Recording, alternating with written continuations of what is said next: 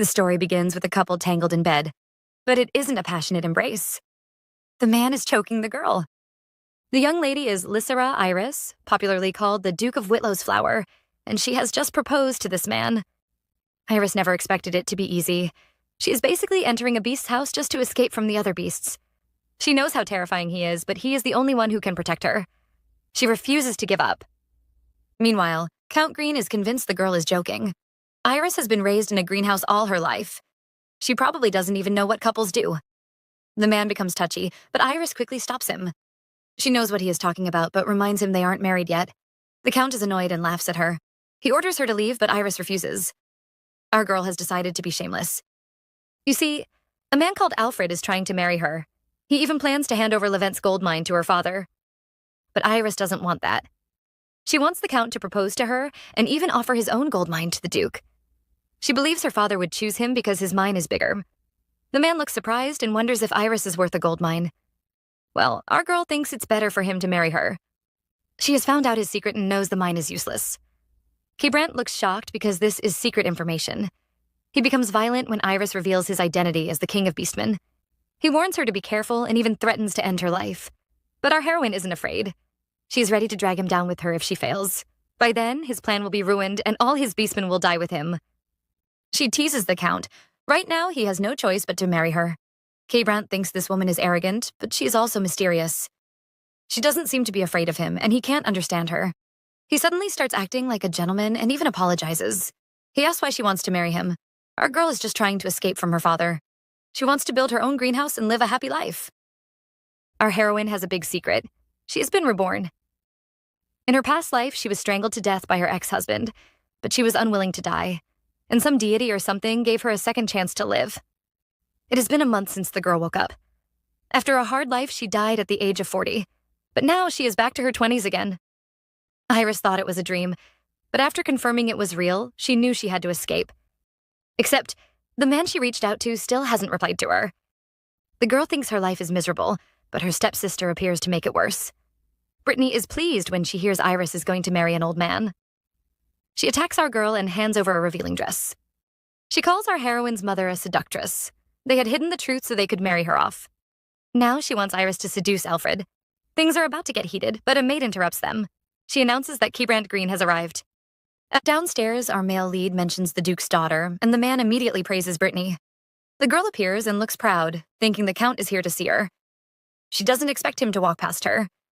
Turns out, our male lead is a big shot. He has the Holy Kingdom's support, and even the Emperor has to respect him. He might be a Count, but he is as powerful as a Duke. And right now, the most popular man in the kingdom is kneeling before Iris and asking her to marry him. The man has decided to accept her deal. Iris is celebrating her new proposal, but her father is about to explode. He thought the Count was interested in his other daughter. Well, our male lead bursts his bubbles and pulls Iris close. He declares she is the one he wants. The Duke isn't the only unwilling person. Brittany looks like she wants to rip the two apart. She wonders what the Count sees in Iris. She refuses to believe any man could want her sister. The Duke is also trying to convince Brant to give up. He says Brittany has to marry first as the eldest sister. The Count doesn't believe his crappy excuse. He mentions all the younger nobles who married before their siblings. Even the royal family is involved. He suddenly becomes hostile and asks if the Duke looks down on him. The man is frightened and rushes to explain. He is trying to appease the Count, but his daughter ruins his plans and yells at the man. She claims Brant asked her for a dance at the last party. She really should have kept quiet because now the Count disgraces her. He calls her foolish and reveals that she was the one asking him for a dance. He only agreed because the girl looked desperate. He never thought she would be delusional, too. Brittany looks ashamed, and her father begins to change his mind. He doesn't understand the situation, but he is willing to agree. He just wants a chance to cozy up to the Count. The man ignores him and asks Iris for her answer. Her father is now eager and seems ready to agree on his daughter's behalf. Still, the girl doesn't say a word. Brant offers his hand, and Iris finally smiles. She holds his hand and accepts his proposal. Everyone looks happy. Well, except for Brittany. She immediately yells and demands that her father stop the proposal. She claims Iris is too young and not ready for marriage.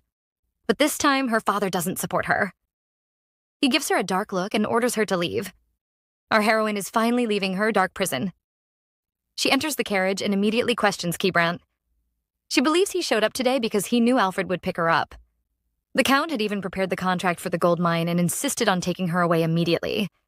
K-Brandt smiles and pretends to be ignorant. He thinks no one would know he sent a group of assassins to stop Alfred. After killing the old man's guards, they decide to teach him a lesson. Poor Alfred begs for help, but it is too late. Meanwhile, our heroine is wondering why the journey is so long. Last time, she only spent half a day on the road. She becomes uncomfortable when she notices someone staring at her. K-Brandt is wondering why his new bride is so calm. The girl looks confused, so he reminds her that she just sold herself to him. She was desperate to escape from the Duke, but she had just entered another dangerous home. She might end up dying one day just because she married a werewolf husband. The man thinks she is just pretending to be strong. He wants to know how she will protect herself. K-Brandt is trying to be stern, but Iris just laughs. She knows he is trying to frighten her, but nothing is scarier than her father's house. She has told the man about the future, but he still doesn't believe her. She suddenly grabs his hand and holds it to her face. The man is seduced and pulls her close. The girl ends up falling into his lap. K-Brandt can tell she isn't afraid. He moves even closer and asks if she will ever regret it. The Count wonders if Iris will ever regret her decision. Meanwhile, the girl finally realizes how close they are. The man is even holding her thighs. She isn't expecting this and begins to feel shy. She tries to push him away, but K-Brandt just pulls her closer. He even begins to get touchy, and Iris's heart nearly flies away from her chest.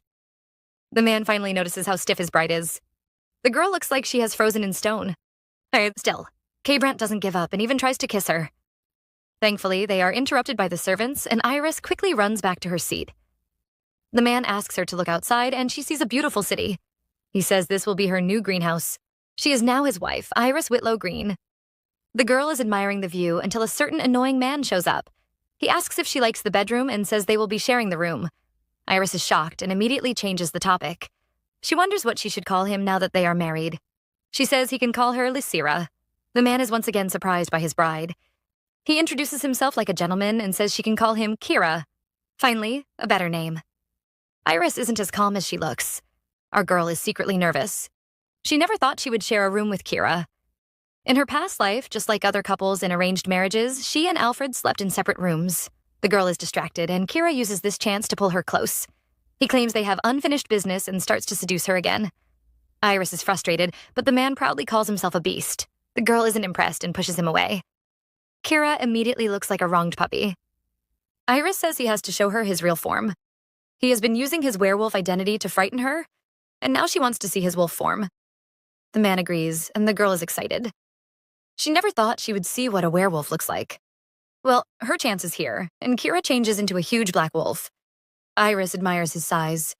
The man expects her to be afraid, but she moves closer and touches him. She even calls him beautiful. Kira doesn't know, but Iris witnessed his death in her past life.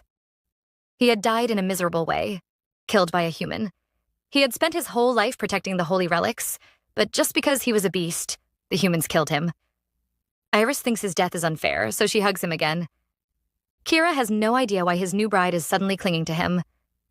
He says she might regret hugging him, but Iris misunderstands. She vows never to regret her decision. The man decides to tease her and suddenly changes back to his human form. He asks if she regrets it now. Iris finally understands why he asked because the man ends up naked. Our poor girl is frightened out of her mind. She immediately starts screaming and nearly brings the whole mansion down. Kira's soldiers are alarmed and immediately rush into the room. They are also embarrassed when they see the full scene. Their lord is wearing nothing but a red blanket. Kira scolds them for entering a newlywed's room, but they aren't deceived by his change of topic. The men immediately apologize to Iris. It seems they are used to their lord's weird behavior. A soldier tries to distract her and offers a tour of the castle. Behind them, another servant scolds Kira and drags him away to get dressed. The servant in front of Iris almost swears as he tries to prove his lord isn't a strange pervert. Our heroine finally looks at the culprit and notices something strange. Kira might look calm, but his ears are bright red. The servants are still struggling to dress him up. The place is chaotic, but it actually makes Iris laugh.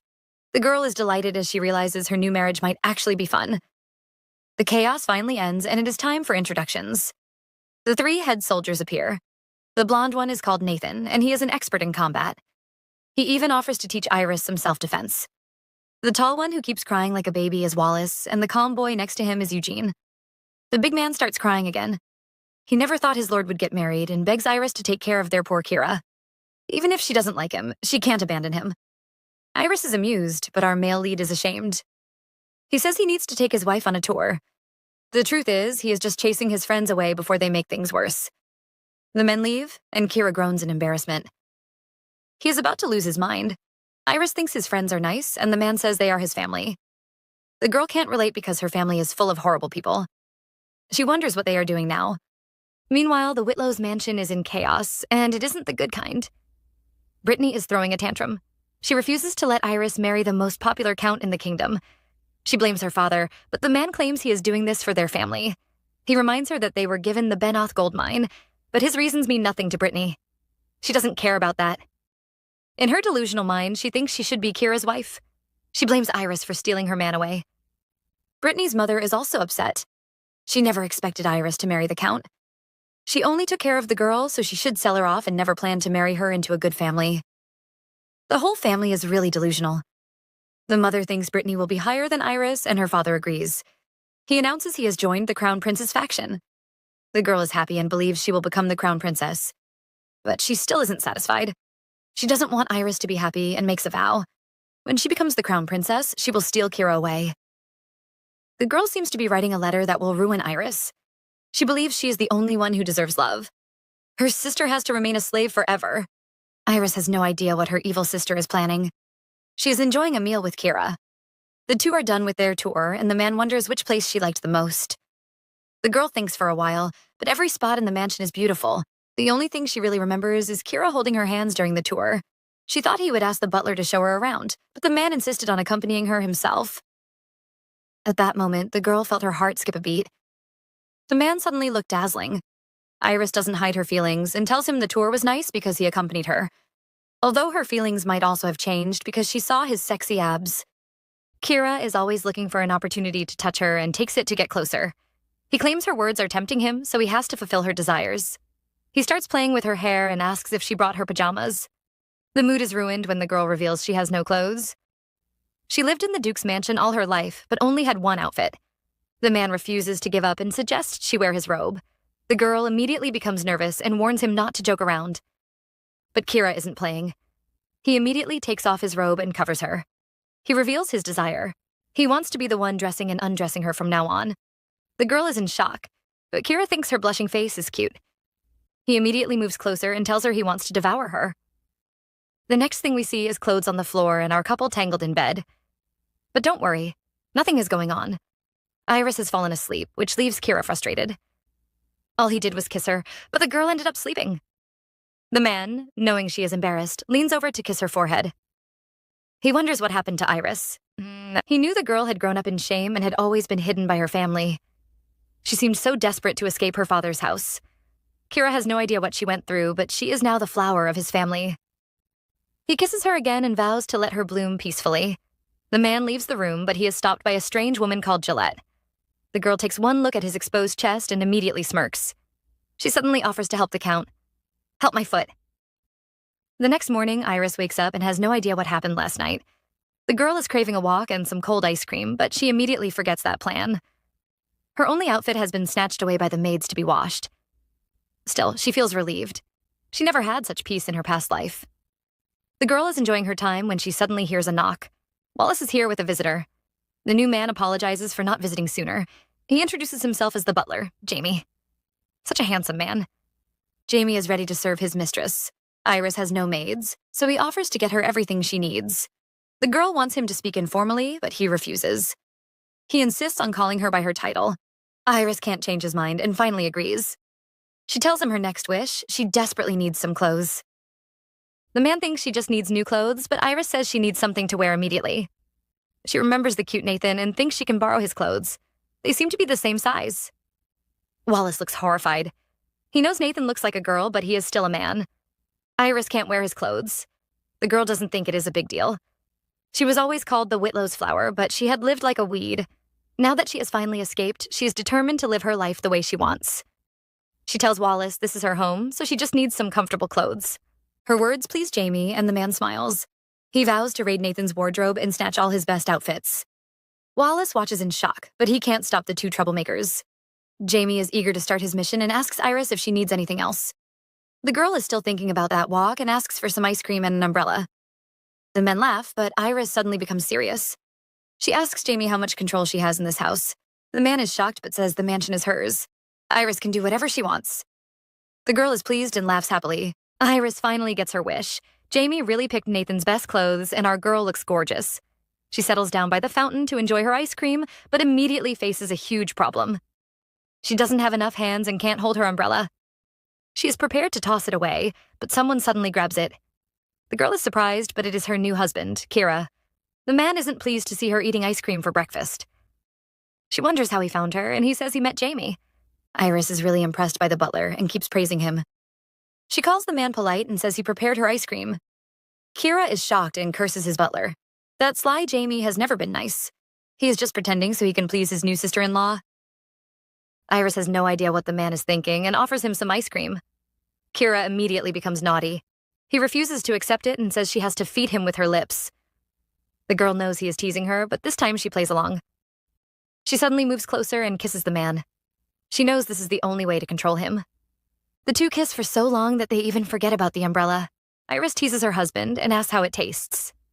Kira says it was sweet, but he is definitely not talking about the ice cream. The man is pleased until he notices her wearing another man's clothes. He is so jealous that he ends up pulling her hair. The girl complains, and he immediately apologizes. Still, he refuses to let her go and offers to buy her some new clothes. Iris finally looks at him, but she is shocked by what she sees. The man stares at her with adoration, and the feelings shift. Kira asks if he can help with anything. Iris doesn't refuse and says she needs some proper maids. The man promises to help her choose. Our heroine suddenly says her former fiancé will visit their mansion soon. She knows the man still hasn't given up and will ask Kira to divorce her. Her husband calls her name, and when Iris looks at him, he has a crazy look on his face. He offers to get rid of Alfred forever. He is ready to rip the man apart. Kira doesn't want his wife to see Alfred again and offers to get rid of the man. The girl keeps waiting for him to call it a joke, but the man looks very serious. Iris thinks he is cute, but she doesn't need any more trouble. She wants Kira to convince Alfred to give up the Levant gold mine. The man has to hand it over to her as a wedding gift. Iris knows Alfred won't give up easily. Right now, he's probably throwing a tantrum at her father's house, demanding to have her back. Plus, her stepsister isn't happy with her marriage. The girl is probably planning to get rid of her. Iris knows the two will soon arrive to cause trouble. Our heroine is thinking about her problems when she hears Kira laughing. She looks up, but her husband is suddenly hostile. He says she doesn't deserve a wedding gift. They had made a simple deal. She would hide the truth about his identity, and he would help her escape from her father. He thinks their deal is now over. Iris isn't frightened by his mean look and even calls him a petty man. Kira immediately looks offended. She asks if the great Count Green can't afford to give his wife a wedding gift. His family might not be wealthy, but they are respected by everyone in the nation. Still, that isn't enough for Iris. The girl wants to control all the nations of the world and make them bow to her. She offers to share her kingdom with Kira, but he must first invest in her. The man looks shocked. He knows her dream is impossible, but something about her touches his soul. He suddenly grabs her hand and kisses it gently. Just as she wishes, he will give her the Lavent gold mine as a wedding gift. A few days pass, and our heroine has finally found some proper maids. She is reading about them and seems impressed. Finally, she won't have to do the hard work alone. She notices someone approaching, and it turns out to be Gillette. The girl walks past Iris, totally ignoring her. She doesn't even offer a greeting, bothered by the maid's disrespectful behavior. Ever since she appeared, Gillette has been rude to her. Iris knew some servants would be jealous, but didn't expect them to be openly hostile. She knows the girl is a noble lady, but she sneaked into the Count's house as a maid. Iris finds such behavior irritating and vows to teach the girl a lesson. She is interrupted by Jamie, who announces her new maids have arrived. The two head to the meeting spot, and Jamie introduces the ladies. They are both from noble families and seem pleased to meet Iris. The dark-haired girl is from the Fernie family, known for producing talented artists. Half the artworks in the royal palace are made by them. The girl with red hair is Erwell from the Lutek family. They're known for producing the best scholars in the kingdom. Just being born in that family makes everyone respect their words. Our heroine is impressed with her new maids and welcomes them warmly. Krishna is also happy to meet her as she knows Iris is the flower of Whitlow. Erwell has no idea, and she looks shocked. She is about to speak, but Krishna quickly slaps the back of her head. She threatens the girl to keep quiet. Iris can tell the two girls are close, and Krishna admits their families are friends. Jamie says Erwell will be staying with Iris. Krishna is married and needs to return home to see her child. Our heroine has no objections and says the girls can tour the mansion. Once they are alone, Krishna immediately gives her friend another slap. Erwell looks wronged, but Krishna feels no pity. She warns her to be more careful. Urwell claims it isn't her fault. She is tired of acting like a noble lady. The girl is more prepared to be a bodyguard as she reveals the dagger hidden in her dress. She is ready to protect the Countess. For once, Krishna seems to agree with her. Over at the Whitlow's mansion, Brittany is throwing a tantrum again. She had sent for Alfred, hoping they could work together to ruin Iris. Yet, the man had dared to flirt with her. Once again, she blames it all on Iris. A maid appears and announces the Viscount is here again. Brittany screams in agony. She makes up her mind to get rid of him. The girl arrives and sees Alfred harassing one of her maids. The man isn't ashamed and even dares to flirt with her. Brittany finds him disgusting and secretly makes up her mind to ruin him. But first, she has to use him to get rid of Iris. She tries to convince the man to get Iris back, but Alfred isn't a fool. He knows it is impossible. Brittany refuses to give up and has even come up with a devious plan. The only reason men love Iris is because of her innocence.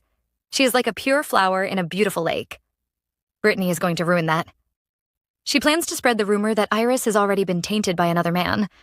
That way, the Count wouldn't want her anymore. Alfred doesn't think anyone would believe him. The girl tells him not to worry and promises to support him. She will make everyone believe his words. It is a peaceful morning, and Krishna is dressing Iris up. The two girls talk about Urwell and think she is very honest. It has been a few days since the maids arrived, and the girls seem to be getting closer. But there is just one problem. Outside the door, Urwell and Gillette begin another screaming match. The two ladies are about to destroy the entire castle. Krishna is terrified and wonders if she has to stop them. Our heroine feels her head aching. A single day doesn't pass without the two girls fighting. She knows it is all Gillette's fault. The girl thinks she is the real mistress and keeps trying to challenge the new maids. Iris looks tired because things have just become more annoying. The door suddenly opens and a furious Urwell steps in. She is about to complain, but the dark look on Krishna's face terrifies her. The girl quickly calms down and explains to Iris. The Countess had ordered her to do some tasks, but Gillette kept interfering every time. Iris doesn't blame the girl and even comforts her. Urwell is touched and her eyes sparkle with love for her mistress. She quickly reveals what Gillette said. The maid claims she has been running the household for a long time and knows more about the castle than Iris. She even wants Iris's maids to listen to her. Krishna is furious, and for the first time, our heroine is angry. Gillette has crossed the line. Our girl suddenly says the girl is useful. The other maids are shocked, especially when they see her smiling. Iris has made her decision. She will make the girl her personal maid. Gillette has no idea she is in trouble. The Countess has summoned her, and she wonders what Iris plans to say. She has been waiting for 30 minutes and is beginning to feel unhappy. Our heroine finally arrives, and the girl gives her a fake greeting. But Iris isn't having it. She scolds the girl and even laughs at her. Iris knows what Gillette is planning. She is from the noble family of Merdi, yet she became a maid and lives in the Count's household. This might be a normal event in their kingdom, but she is sure the girl has other plans. She thinks Gillette is in love with her husband. That explains the girl's harsh behavior. She thought she could marry the Count because she was pretty. Our heroine walks past Gillette and heads to her seat. She thinks the maid is foolish. She should have pretended to like her and try to approach Kira behind her back. Gillette is annoyed by Iris's smug look. She thinks the girl is shameless. Iris didn't even have a wedding, but is already acting like a countess. As if it isn't enough, the woman suddenly says she will become her maid. Gillette is furious and immediately starts screaming. She claims she is Kira's personal maid. Our heroine doesn't care about that. She tells Gillette she will become her new maid. The girl is angry and finally remembers she is from a noble family. Iris says it doesn't matter who she works for since she and Kira are a couple.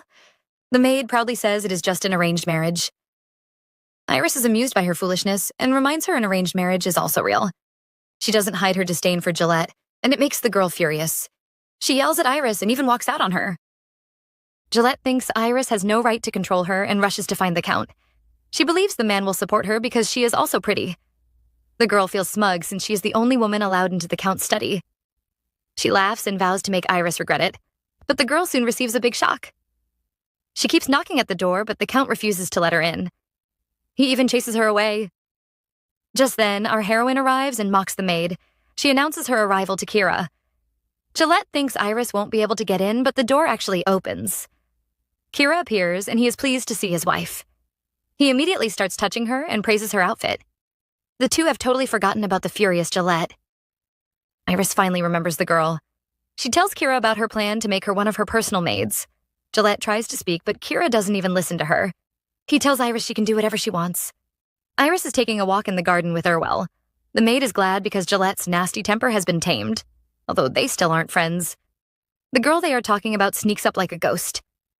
She isn't as proud as before and even greets Iris. She has only been the Countess maid for a week, but she is already obedient. Well, only towards Iris.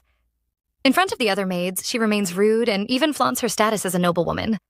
This time she ignores Erwal, and the girl almost faints from anger. She complains to Iris about Gillette's rude behavior. Our heroine also thinks the girl is suspicious. She is sure Gillette is planning something devious. The servants at the Green Mansion gather around to gossip. They have noticed that Iris isn't wearing a wedding ring. Gillette has been spreading the news about their arranged marriage, and the maids all believe her. They really think the Count doesn't care about his wife. He couldn't even celebrate their marriage with a feast. They wait for Gillette to arrive, wondering what news she will bring. But instead of Gillette, an annoyed Jamie shows up. He chases them away, but the man doesn't look happy. Jamie is about to go bald from worry. The mansion is full of rumors about his mistress, but the woman doesn't seem to mind. She is so unbothered that it makes him upset. The man looks up and sees the Count waiting. Our male lead is here to visit his wife. Jamie happily says he also wants to see Iris. Kira doesn't give him a chance and quickly snatches the documents. He says he will deliver them and chases the poor man away. And Iris is reading a book and doesn't expect to see her cute husband. The man is supposed to be busy. Kira says he had some free time. He isn't ashamed and admits he stole Jamie's work just to see her. The man suddenly pulls the girl close. Iris hasn't finished touring the mansion, so he offers to accompany her. The two hold hands as they walk. Kira has heard from Jamie that a naughty dog is causing trouble. Of course, that dog is Gillette. Iris blames him for spoiling his pet. The girl had even said she was taking care of Kira. The man is shocked and swears he is innocent. He finally knows why his wife has been avoiding him. She thinks he is sleeping with Gillette. Kira grabs her hand and pulls her close. He promises her no one has touched him. Iris isn't satisfied and wonders why he indulges Gillette. The man kisses her and admits the Murdy family is useful. The girl calls them useless and suggests he get rid of them. Kira is smart and doesn't argue. He says she shouldn't worry about some wild dogs and offers to show her a secret.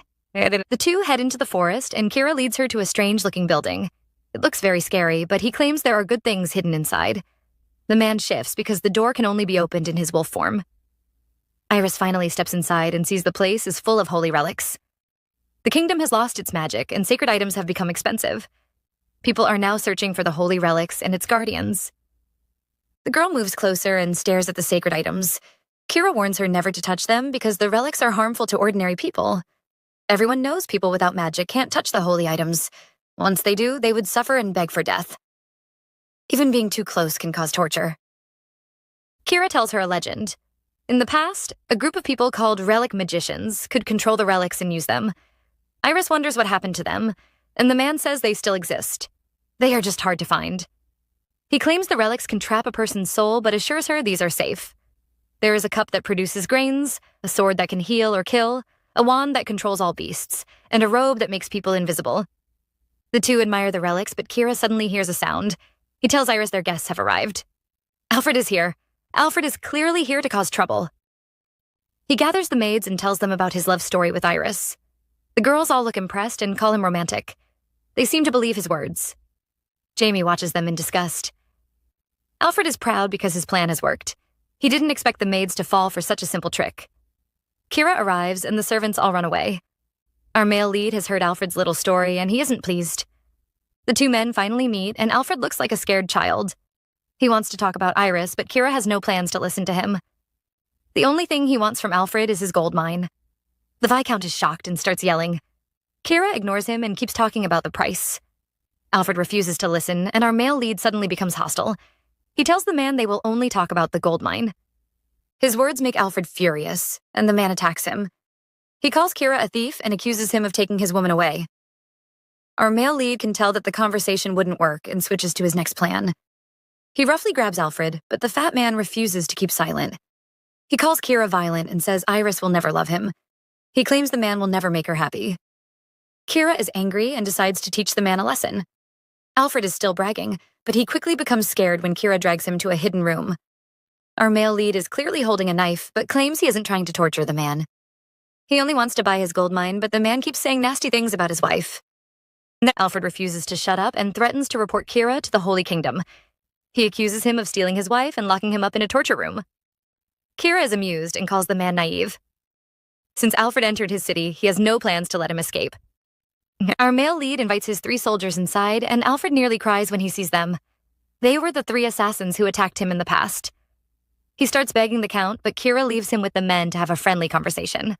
Trust me, those screams are just part of the talk. Jamie tells Iris the Viscount has agreed to sell the mine. The girl is surprised because she never thought they would get it in a day. She might have provoked her husband too much. Still, she is very happy. Alfred had given her family the gold mine in her previous life. The mine had run out of gold, but it was still very useful. Because of it, the Whitlow family could expand their influence. Iris wouldn't let that happen again. She has one more request for Jamie and tells him to find a man for her. He used to work for the Whitlow family until he was kicked out. Iris thinks he is hiding somewhere and orders Jamie to find him. The man is important to their family. Gillette still hasn't given up. She gathers the maids and tells them another nasty rumor. Alfred's visit has given her the power she needs. She orders the maids to spread the rumors around. And the dumb women really listen to her. Soon the whole city had heard of Iris's affair. In an elegant room, a lady meets her friends. She hears the rumors about the Countess cheating on her husband. The girl is furious and wonders when her brother got married. Over at the Whitlow's mansion, Brittany's friend arrives with some urgent news. She shows the girl a news article, and the paper is filled with rumors about Iris. The people claim to have discovered her secret life. The girl had married Count Green, but even after a while, there hadn't been a wedding ceremony. The paper claims it is because Iris is no longer pure. Brittany looks really smug when she hears this. She pretends to be sad that the truth is exposed. Her friend is surprised that Iris married the Count. Brittany had told her the girl was marrying Alfred. She had even said that Iris was the one chasing the man. The devious girl quickly changes the topic. She can't let anyone find out that the Count proposed to Iris. Brittany knew Alfred could never take Iris away. She just wants to spread the rumors and force the Count to kick her out. Her friend insults Iris while she pretends to defend her sister. She says the rumors are false, but the girl doesn't believe her. She tells Brittany about Kira's fierce sister and reveals the rumors have reached the lady. She mentions Kira's famous admirer, Countess Nelanicus, but Brittany has no idea who she is.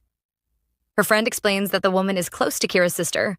Before she got married, the lady had chased Kira. Even now, she still lusts over him. Our heroine isn't aware of the rumors spreading around and is going on a journey with her husband. She would have preferred to go with his soldiers, but the man insisted on following her. She is afraid she might be disturbing his work. Kira isn't pleased. This might be his first marriage, but he knows that following his wife comes naturally. He starts touching Iris again and praises her outfit. The girl claims she is trying to avoid attention. Kira takes one look at her exposed chest and tells her she is failing. Right now, he can't take his eyes off her. The man touches her chest. He hasn't forgotten their unfinished business and pulls the girl into his lap. This time, she can't pretend to fall asleep. Kira starts his attack and kisses Iris all over. He looks ready to devour her. The girl reminds him they are in a carriage, but Kira doesn't care about that. His touching kisses confuse Iris and set her on fire. She has never felt this way and has no idea what to do. But the girl is still traumatized by her past with Alfred. She starts trembling, and Kira notices. He immediately stops and tries to comfort her. He promises not to do anything unless she agrees. He says she can always stop him. The girl is relieved and thanks him. The two calm down, and Kira mentions his younger sister. She called men who never listen to women trash. Iris has never heard about his younger sister and is surprised. Kira admits his sister has a weird personality. Our male lead might have lied. His sister is clearly a terrorist. Right now, she is harassing the men in the Greens' mansion. She scolds them for not telling her about Kira's marriage. Jamie tries to defend himself. He says the two married before anyone could find out. Jen doesn't spare him and says he should have informed her immediately. The 3 men immediately beg for forgiveness. They all look terrified. The woman doesn't calm down and says she'll wait for Kira to return. The other men have to bring him back immediately if they want to live. Our poor Kira has no idea he is now a target. Our couple finally arrive. Kira is eager to meet the man his wife has been searching for. The two head inside and see a man sitting at his desk. He seems to be unwell. The stranger is shocked to see them and immediately recognizes Iris. The girl introduces the man as Guger, the former estate manager of the Whitlow mansion. Kira waits at the side while the two talk. Guger never thought he would see Iris again. He is happy to see her safe and married to a powerful man. Iris has always felt guilty. Guger was one of the few people in her father's house who treated her well, but he was kicked out because he was too nice to her. The two share their feelings, totally ignoring the jealous man beside them. Kira was aware that Iris was searching for a man. He also knows she was just a kid when Guger left. But the thought of his wife searching everywhere for another man makes him jealous. Iris gets down to business. She invites Guger to be the manager of her gold mine. The man is shocked to hear she has acquired the Levent mine. He knows it belongs to Alfred. Iris doesn't explain and says she wants him to manage the mine. He is free to hire workers and monitor the extracted minerals. The idea is tempting, but Gauger refuses. He tells Iris he is just a poor drunkard. The girl doesn't accept his excuse. She insists on leaving her only property to him. Gauger is shocked by her determination. The girl who was scared to even look at the servants is now confident. The man is touched by her words and vows to live for her. Iris steps outside and sees an unhappy Kira.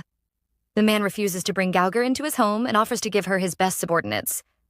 The girl has no plans to take Gauger with her. She only wants the man to manage her gold mine. She reminds Kira his subordinates will always be loyal to him. They can even kill her just to please him. She doesn't tell Kira, but in her past life, the Emperor noticed Gauger's talents and invited him to join his royal court. The girl pulls Kira close and warns him to stop interfering with her matters. She says it makes him unattractive. The man isn't offended and even laughs. He calls himself a charming husband and plans to watch from the sidelines. The couple begins their journey back home. Kira has received the news and tells Iris his younger sister has arrived at the mansion. The girl is surprised.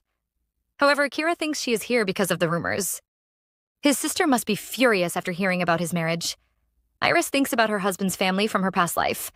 They were all rude and hated her very much. The girl panics but tries to calm down. The past has ended, and she is ready to see how Kira's family would treat her. The man interrupts her chaotic thoughts and mentions the spreading rumors. He wonders when she would stop them. The public already thinks he is a pitiful man. Iris feels sorry for her poor husband. The man really seems to be suffering. She wanted to wait until the rumors spread further, but now she is ready to catch the culprits. Gillette really thinks she is the mansion's hostess. She orders the maids around and prepares for Kira's return. Jen watches her in shock, demanding to know who this stranger is. Nathan feels wronged. He has answered this question 10 times. He explains that the girl is Iris's personal maid. Jen nearly explodes with anger, wondering why a maid is acting like the master. Nathan says he can't interfere since she belongs to Iris. This just makes Jen more annoyed. She thinks Iris isn't teaching her maids properly. She remembers the horrible rumors spreading around town and becomes more furious. Just what is her foolish brother thinking? Our couple finally arrives and everyone rushes out to welcome them. Jen is ready to see the delicate princess her brother married, but the woman she meets isn't weak. Iris steps out and waves the papers around. She has read the articles and hopes the culprit isn't someone from her household. She is ready to teach them a lesson. Jen looks at her new sister-in-law and is impressed. The girl's personality is just like hers. Our male lead is in trouble. He tries to explain why he told no one about his marriage, but only makes things worse. He says he forgot, and his friends almost faint from anger. He claims he was too busy. Kira didn't want to admit that he had forgotten everything the moment he saw his wife's gorgeous face. Jamie is furious, and the other men wonder if they should change their boss. Kira thinks the situation is too difficult and plans to speak to his sister. His friends tell him to drop the idea. They repeat the mean words Jen had said. The girl basically yelled at them and called Kira a dog. She didn't want to see him until dinner. Jamie advises him to be a good son and forces him to write a letter to his father. Kira agrees and orders them to inform Iris about the meeting. Our male lead invites his wife for dinner. He tries to give her a pep talk before she meets his crazy sister. He tells her he has 2 siblings, and Jen is the youngest. He calls her immature, but a furious Nathan appears out of nowhere and says the girl is difficult. The boy is worried about his mistress and offers to accompany them to dinner. Iris is surprised by the close relationship between the men. Everyone seems to be afraid of Jen, and she starts to worry about meeting Kira's sister. Nathan advises her to ignore the girl's mean words. He promises to fight for her if the scolding gets too bad. Iris playfully calls Jen a lady, but the men jump away like she just dropped a bomb. Nathan looks like he is going through 7 levels of trauma. Kira looks nervous as he says his sister is bold. Iris finally understands why the men were all afraid. Looking at Jen's stern face, our girl turns into a gentle rabbit. Kira tries to introduce his wife, but his sister shuts him up. She wants Iris to speak for herself. Our heroine nervously greets the lady. Everyone is expecting a catfight, but Jen practically drools as she stares at Iris. She even offers to call her sister-in-law. The men are all shocked to see her being nice, but that is only for Iris. She looks at her brother and the two nearly have a fight. Jen wonders why Iris married such a man. She calls him an old fat dog who didn't tell anyone about his marriage. She thinks there is nothing good about him apart from his face. Such wonderful sibling love. The two are about to fight again, but Iris interrupts them. The girl shocks everyone when she suddenly confesses she likes Kira. She praises every inch of the man down to his laughter. What no one knows is that she met Kira in her past life. The man had helped her, and from that moment, Iris fell in love with him. Such a sweet confession, but Jen looks disgusted. She really can't understand Iris's choice. Nathan thinks they had a secret wedding, and Kira immediately looks guilty. Jen notices, and the man admits they didn't hold a wedding. They had only registered their marriage. Jen is so horrified she nearly screams the house down. The siblings are having a meeting. Kira is convinced his sister is planning something. She has been too nice to Iris. Jen is offended and says she has no plans. She admits this is just a test, and Iris is past half. She brings up the nasty rumors spreading around town about his wife. The girl knows it isn't true, but if the rumors continue to spread, things will become worse. Kira asks for her advice, and she says they have to prove to the other ladies that he loves his wife. They have to hold a grand wedding, and the girl offers to plan it. Our heroine is relaxing in the garden. Jen had dragged her brother off to some secret meeting. Iris is sure her husband is getting scolded, but she doesn't care. She is just glad she escaped. The girl even has time to read a book. Iris wants to know more about the Holy Kingdom and finds a book about its history. The book explains how the fight between the Holy Kingdom and the Beastmen began. Everyone knew that Benedictum, the next pope, was a beastman. But after the people found out what kind of beastman he was discarded. That led to the first Beastman Rebellion. Back then, the beastmen and humans were treated as equals. But depending on their beast form, the beastmen could be ridiculed or admired. Unfortunately, Benedictum's beast form was a mouse. The people couldn't accept that their next pope was going to be a lowly rat known for spreading diseases. Even though the man was righteous and kind, the people rebelled and refused to accept him. He was forced to face their mockery, and even the current pope turned his back on him. Benedictum was hurt by the betrayal and gathered the rest of the lowly beastmen to start a rebellion. The story is getting interesting, but Kira has to appear and ruin everything. His sister is done scolding him, and he runs over to speak to Iris. The two go on a walk. The girl teases him about his cute nickname and wonders how he got it. Turns out Kira is called a fatty dog by his sister. He explains he was able to transform since his birth. He never knew it was dangerous and is glad his family never freaked out. He finally grew up and realized he was an outcast in society. If his secret was found out, he would be killed. Iris looks sad to hear this. The boy reveals he always ate and slept in his wolf form. He soon became so fat, his sister had to give him that nickname. Iris is still feeling sad, but Kira tells her not to worry. The man suddenly becomes serious and says the beastmen are always at the risk of dying. He produces an orange out of nowhere and hands it over to her. His sister has given him some advice, and Kira decides to propose with the fruit. Iris isn't impressed. She doesn't even want to hold a wedding. But looking at Kira's cute face, the girl changes her mind. She finally understands the beastmen and wants to take away the man's pain.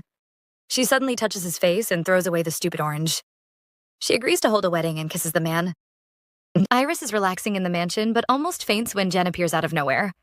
The girl is excited to hear about their wedding. She tells Iris she will be hosting the ceremony. Our girl is nervous because Jen clearly has no experience. The young girl says she has a friend who can handle the arrangements. She vows to make the wedding grand. She has more news for Iris. A priest from the Holy Kingdom is coming to investigate the rumors about her. A few days pass, and the priest finally arrives. He says the Pope isn't happy with Kira's marriage. The guardians of the sacred relics are supposed to have a clean reputation because their behavior affects the Holy Kingdom. Kira failed to report his marriage, and his wife has also ruined their reputation. The man doesn't look bothered, which makes the priest furious. He slams the table and boldly says, Kira's position was given to him by the Pope. Our male lead has a dark look on his face. He reminds the priest the Holy Kingdom needs them. His family is the only one who can control the sacred relics. The priest is frightened, but still delivers his message. The Holy Kingdom never approved of Kira's marriage. He didn't consult the Pope, and the dirty rumors about his wife have ruined their reputation. The Pope has ordered him to get a divorce. He even plans to pick a new bride for Kira. Our male lead isn't pleased. The priest says the Pope sent him, but Kira knows the old man would never care. He is certain someone else is trying to manipulate him. He suddenly moves closer, frightening the poor priest. He reminds the man the rumors might not be true. The priest says the newspapers have written about the rumors. He seems to have forgotten that most papers are just looking for profit. He claims Kira has been bewitched by his wife. Our male lead looks angry. He doesn't touch the priest, but the man starts to choke. Kira tells him his marriage can only be controlled by God. If the rumors are true, he vows to divorce his wife. But if they are fake, the kingdom will have to pay. He wants the Pope to attend his wedding, apologize to his wife, and bless her. Immediately, Kira ends the meeting and the servants report to Iris. The girl is impressed by her husband's bold move. The Pope didn't even attend the Emperor's wedding. He only sent his blessings, but the king had bragged for days. Yet, Kira asked the man to show up and even apologize to her. Iris is pleased with her husband's actions and decides to begin her plans. The town is full of excitement. The Countess is throwing a party and has invited the commoners. The people gossip about her. They want to attend her party, but still think she is a nasty person. The maids at the Green Mansion are also excited. They are eager to attend the party and have fun. They have totally forgotten about the rumors they spread about their mistress. Krishna catches them gossiping and orders them to resume their work. She doesn't leave, but secretly watches them. Meanwhile, Urwal is throwing a tantrum. As always, she complains about Gillette. The girl had sneaked off to attend the party Iris is throwing. Urwal imitates the girl's annoying tone. She claims she would appear as the Viscount's daughter and not as Iris's maid. She is clearly abandoning her duties. Krishna finally shows up. Turns out she was spying on the maids for Iris. She says the town is full of excitement and the nasty rumors have become even more ridiculous. Urwal is furious and wonders why Iris invited the maids who betrayed her. Our girl says she is waiting for the perfect time. She has to pick the fruit when it is ripe and can't allow it to rot away. She orders the girls to inform Jamie. The party has to be perfect. Urwal is throwing another tantrum again. This time, she searches through Iris's jewelry box but can't find anything that fits her lady. She needs to make sure Iris's first appearance is perfect. Krishna watches her run around with the expensive jewelry and nearly faints. The dramatic maids are interrupted by Kira. The man is here to see his wife. He offers to help her dress up and chases the maids away. Urwal is about to protest, but Krishna covers her mouth. Kira watches in horror as she drags the girl away. Iris steps out and sees her husband waiting for her. The girl is happy to see him. The man is amazed by her dress and praises her. She looks for her maids, but Kira has chased them away. He wants to help her with her jewelry and has even prepared a new set. Iris tries to grab them, but the man refuses and insists on helping her. He has noticed how obedient his butler has been and mentions it. Iris thinks he is just copying his master. She makes a mistake and mentions Jamie's wings. The man becomes suspicious and asks how she knew his butler's true form. Iris is nervous, but there is no way she can explain. The man doesn't force her and hopes she will tell him one day. The girl doesn't think so. Who would believe that she had lived and died before? They might even treat her like a witch. She becomes distracted, which displeases the man. He begins to kiss her neck, hoping to get her attention. The maids interrupt them before things can go further. Kira kisses her one last time before they leave. The party begins, but Gillette is upset. She never expected the other noble ladies to show up. She tries to convince herself they are just curious about Iris. The girl feels smug and looks down on the other girls. She thinks she is the most beautiful lady here. Not really, girl. The servants announce the couple's arrival and everyone rushes to see them. Gillette calls them boring. Wait until she sees Iris. The girl immediately looks terrified. Our heroine appears and she looks so gorgeous. Gillette isn't pleased to see people admiring the Countess. She watches Kira smile at his wife and it makes her furious.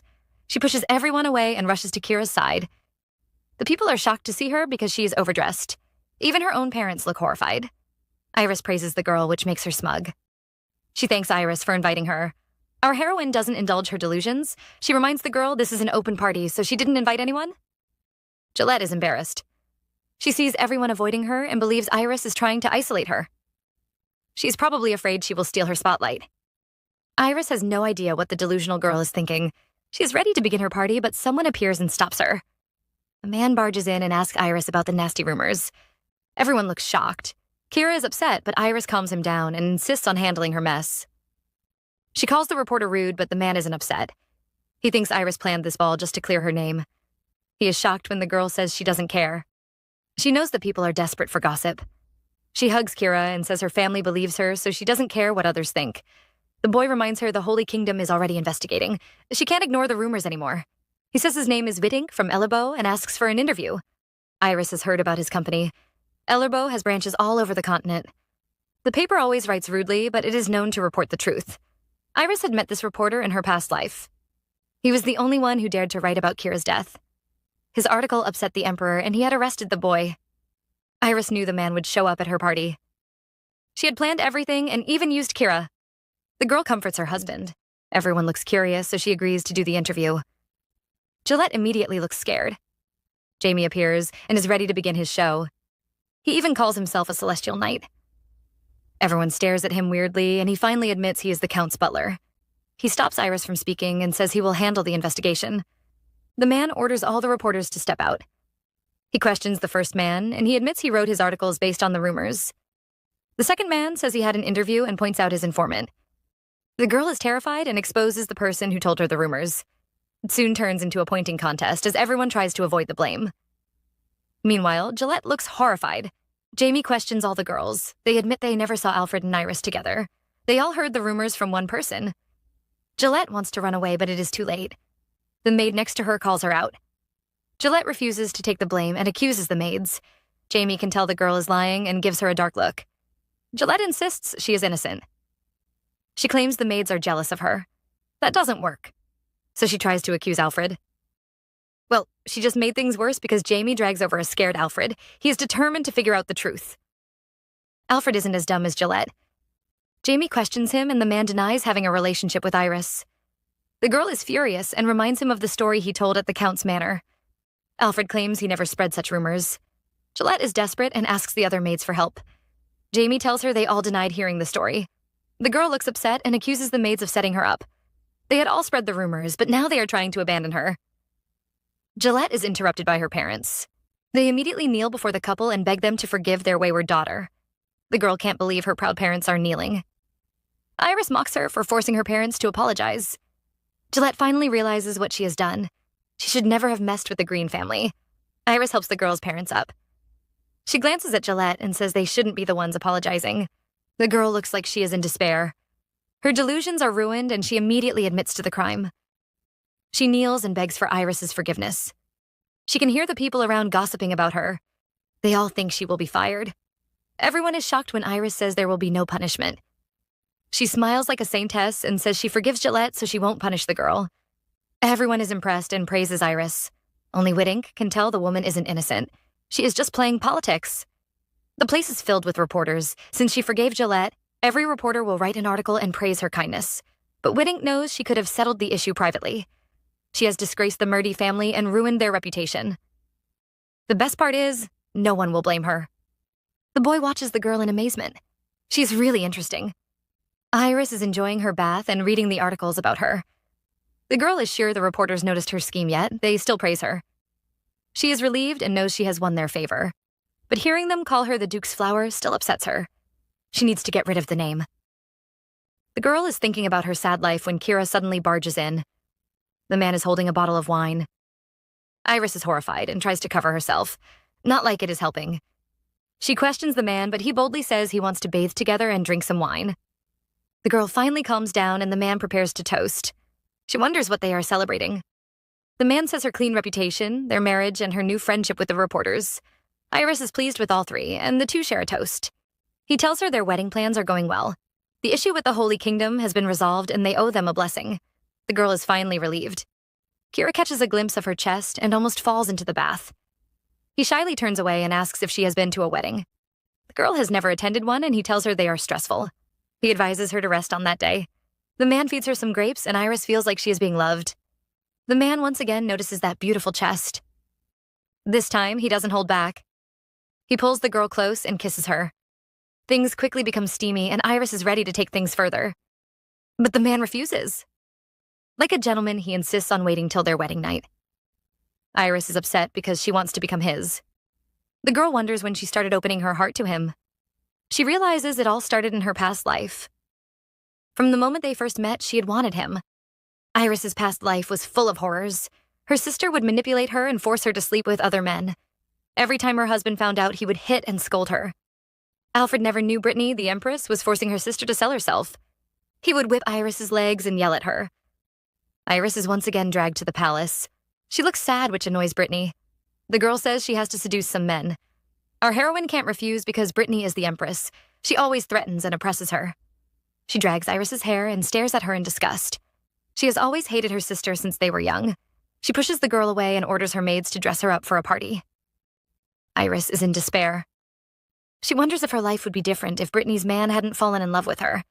The girl is dragged to the party. She can barely walk and notices her injuries are getting worse. Alfred might be horrible, but she desperately wishes she were back at his home. The girl looks out the window and sees Brittany kissing a man. It turns out to be Kira, her sister's lover.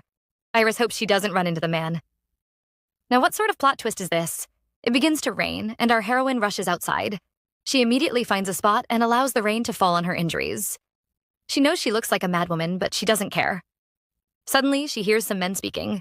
She looks around and sees Kira with his friend. The girl is terrified and quickly hides. She doesn't want to see him. The man hands over a holy relic to Kira. He warns him to be careful of some Piamondo and leaves. Iris is still hiding. She thinks she is safe, but the man has noticed her presence. He finds her hiding spot and is shocked to see her. He is worried she might have fallen ill. He notices her injured legs and looks upset. He tries to find someone, but the girl refuses to let him go. She begs him to ignore her. Kira is unhappy and says enduring the suffering wouldn't make it better. Iris has no choice. Only by enduring and hiding can she survive. The man doesn't want her pretty legs to be scarred and hands over some medicine. He promises to keep her secret. The man is about to leave, but Iris calls his name and thanks him. Kira looks like he is holding back. He immediately turns around and hands her the holy relic he just received. He calls them Triss's earrings and says they can bring her luck. The girl is surprised and wonders why he gave her. The man says he is giving her his luck. Iris is touched and begins to cry. The man holds her and prays she will always be lucky. Days pass, and Iris is on a walk with her husband when she notices Kira approaching. That day at the palace was the only time they met privately, but his kindness had warmed her broken heart. The girl watches him leave with a smile. She turns around and has no idea the man she was staring at is also watching her. The girl finally understands her feelings. From the moment they met, she had loved Kira. That is why she was desperate to save him in this life. Iris stares at his handsome face and calls him her only light. She suddenly leans over, which makes the man confused. The girl smiles like a flower and thanks him. She's glad she can finally say those words. Kira runs out of the bathroom. His wife always makes him weak. We see his face, and the man is blushing. Even his little ears have turned red. He touches his chest, and his heart is beating too fast. Iris is driving him crazy. He wanted to hold back, but he couldn't resist her lovely face. The man covers his face in shame. He had gone in to tease his wife and see her shy face. In the end, he was the one who got teased and ran away. Kira is still trying to recover when his naughty friends arrive. Wallace immediately notices his red face. Kira tries to drive him away, saying he doesn't want to talk. But it just makes Wallace even more curious. Jamie makes it worse and says the captain is going through hard times. Our male lead yells at him, but the butler isn't scared. He tells Kira his father has sent a reply about his wedding. He can tell the old man is very upset. Jamie advises him to talk to his father. The Count agrees and heads to the communication room. Wallace still isn't satisfied and asks about his hard times. The three men start another quarrel. Kira arrives at the communication room. We see a small globe, which was invented years ago by the magical engineers. It is called a communicator, but only the state and a few important persons have one. The Count looks frustrated. He never knew his secret marriage would cause so many problems. He starts the call, and the first thing he hears is his full name. Kira can tell he is in trouble. His father is furious. He immediately defends himself, which annoys his father. His son didn't even greet before bringing up his excuses. The old man says they didn't believe the rumors. They chose to trust the son they raised. Kira tries to explain, but his father isn't pleased. He asks if his wife is really the flower of the Whitlow Duchy. Everyone knows the man had hidden his younger daughter away and refused to show her to anyone. Kira's mother joins the call, and she is also upset. She isn't angry because he chose his own wife and held a secret marriage. She is furious because he married the Duke's daughter. Everyone knows Duke Whitlow is a greedy man. For years, he took Brittany around high society, yet he kept the stunning Iris away. Everyone knows why. The man planned to sell his daughter. He paraded Brittany around so everyone would desire Iris more. And Kira's mother asks him what he paid the Duke to get Iris. The Count is frustrated and tries to deny everything. He thought his parents were relaxing in the countryside, but they had already found out the truth. His mother accuses him of lying because the day he took Iris away, the Whitlow Duke received one of their family's mines. Kira is frustrated and wonders who is informing his parents. The old couple begins to cry. Their sweet son has turned into a liar. He is even buying women with money. Kira is frustrated and reminds the couple that he can hear them.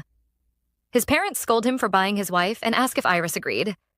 Kira can't tell them that his wife was the one who came up with the idea. He quickly says the girl agreed as well. The man suddenly becomes stern. His parents had called her Lady Whitlow, and he reminds them she is now Countess Green. The old couple is speechless and decides they must see the situation for themselves. They will leave in the fastest carriage and arrive in 3 days. His parents warn him. If Iris were forced into this marriage, he would have to divorce her. Meanwhile, Brittany is meeting with her friends. Talk about shooting yourself in the foot. Because she always acts kind and pretends to like Iris, her friends are all glad the rumors have cleared up. Brittany smiles, but she is fuming inside. She wishes the rumors could have ruined Iris. Everyone is talking about her sister, and it is so painful. She feels like she is dying. Her best friend doesn't agree with the rest of the girls. She calls Iris cruel for questioning Gillette in public. Brittany is extremely pleased to hear this. She pretends to defend her sister, but claims Iris is petty. The other girls believe her. They think Iris was jealous because Gillette slept with her husband. Stop spreading fake rumors, girls. Brittany acts sad and says they might be right. The girls feel bad for making the innocent Brittany upset. What a joke. Just then, a maid appears with a letter. Brittany takes a look and immediately looks furious. This is her sister's wedding invitation. She sees the hostess's name and almost jumps out of her chair. The girls all notice her terrified look. They spot the wedding invitation and immediately start laughing. They believe Iris forced Kira to hold a wedding just to clear her name. Why is everyone so delusional? The girls have fun mocking Iris, but Brittany is having a panic attack. The hostess's name seems to have really terrified her. Her best friend notices her expression and grabs the paper. She takes a look and is shocked as well. The hostess of the party is the famous Countess Nelanicus. The girls are all surprised. Even the queen can't control the countess. Plus, everyone knows the woman liked Kira before. The news is too much for Brittany, and she calls her friends noisy. She can't believe Iris is marrying the Duke, and even the popular countess is hosting their wedding. She laughs like a crazy person, ignoring her confused friends. She is clearly unhappy, but still says they have to celebrate. We finally see the famous Countess Nelanicus. The lady is preparing the clothes for Iris's wedding. Jen appears by her side and mocks her friend. The countess had claimed she was unwilling, but she looks very excited. The lady acts nonchalant and says she is just helping Jen. Her friend has an evil smile as she reveals her brother has handed over all his wealth for this wedding. The countess is surprised that the stingy Kira could be so generous. Jen explains they need her help. The rumors have damaged their family's reputation, so this wedding is very important. Nelanicus asks if Kira had really married the Flower of Whitlow. Jen confirms and even praises Iris's beauty. She suddenly teases her friend for liking her brother. Because of those rumors, everyone is expecting a catfight at the wedding. The countess is annoyed and wonders who spread such crazy rumors. She doesn't even care about Kira. The lady says she only agreed to host the wedding because she wants to be part of Iris's greatest event. She wants to show her support for the girl. She smiles playfully and says Iris should prepare for a surprise. Our heroine relaxes in bed, unaware of the plans being made. She wants to understand Kira and is reading about the Beastmen's history. But as she reads further, she becomes uneasy. The first Beastman rebellion had failed, but Benedertem refused to give up. He hid in the shadows and tried to gather allies. He spread the word that the Beastman's ability was a gift from God. He claimed the Pope was jealous and killed the Beastman because he didn't receive God's gift. He met the wizards and convinced them they had this gift as well. Once the Pope gets rid of the Beastman, he will also attack them. Some magicians were swayed by his words and joined his group. Soon, the second Beastman rebellion began. The fight was so terrible that the seas became red with blood. Iris looks worried. If the past remains the same, Kira will start the third Beastman rebellion. The girl understands his decision and has no plans to watch her husband die. She has to make sure he wins the war. Iris hears a knock and quickly hides the book. She looks over and sees Kira standing there with his robe open. The man apologizes for disturbing her, but Iris can barely hear a word. All she can see is that delicious chest in front of her. The man joins her on the bed and notices her stiff face.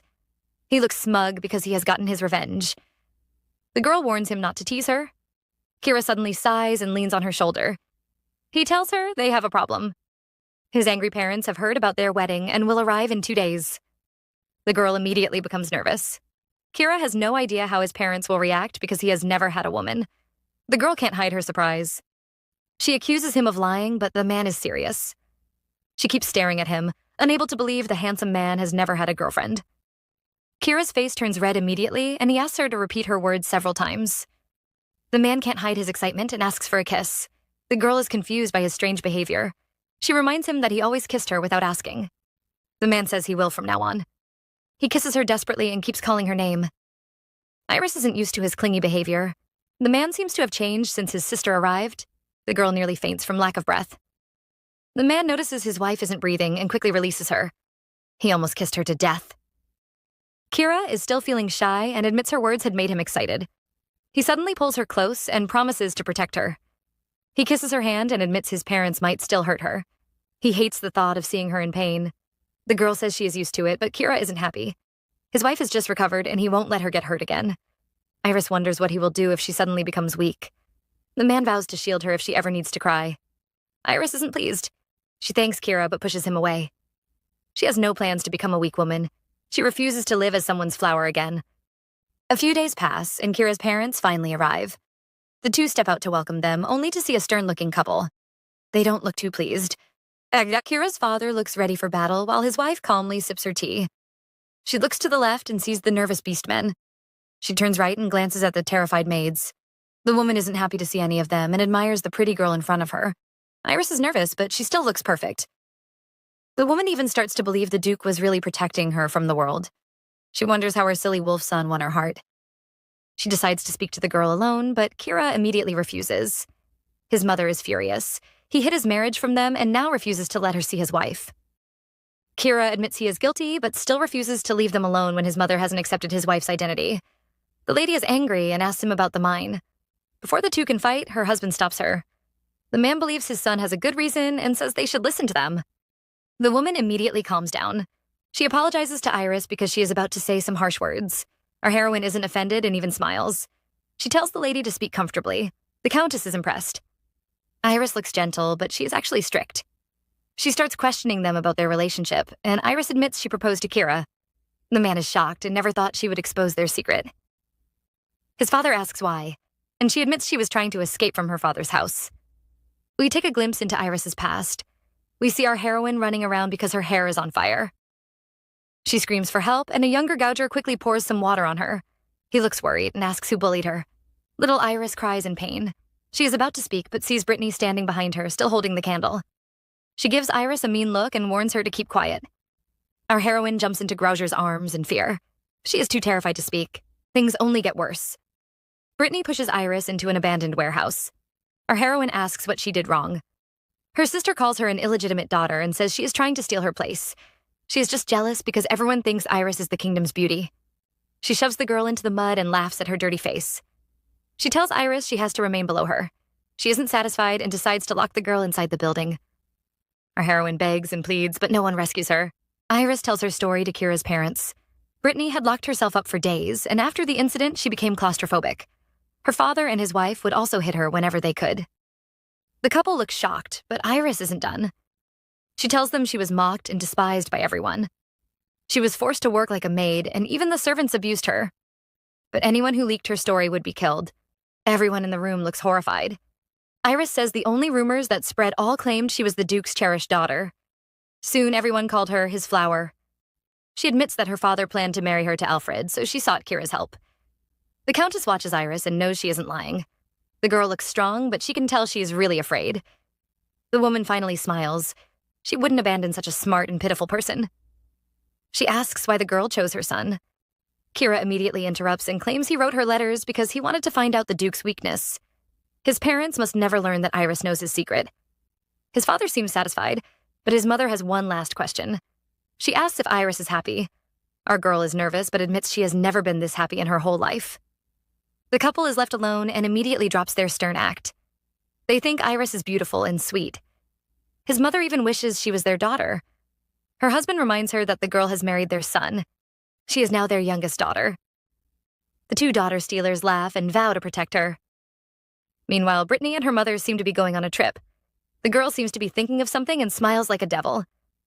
It is a rainy night at the Green Mansion, and our heroine is having a nightmare. She keeps reliving those awful days with Brittany and cries as she begs for help. The girl wakes up screaming. Kira is upset to see his wife trembling and sobbing. Ever since she heard that Brittany would visit, she has been having nightmares every night. The man tries to comfort his wife. Iris apologizes for disturbing his sleep.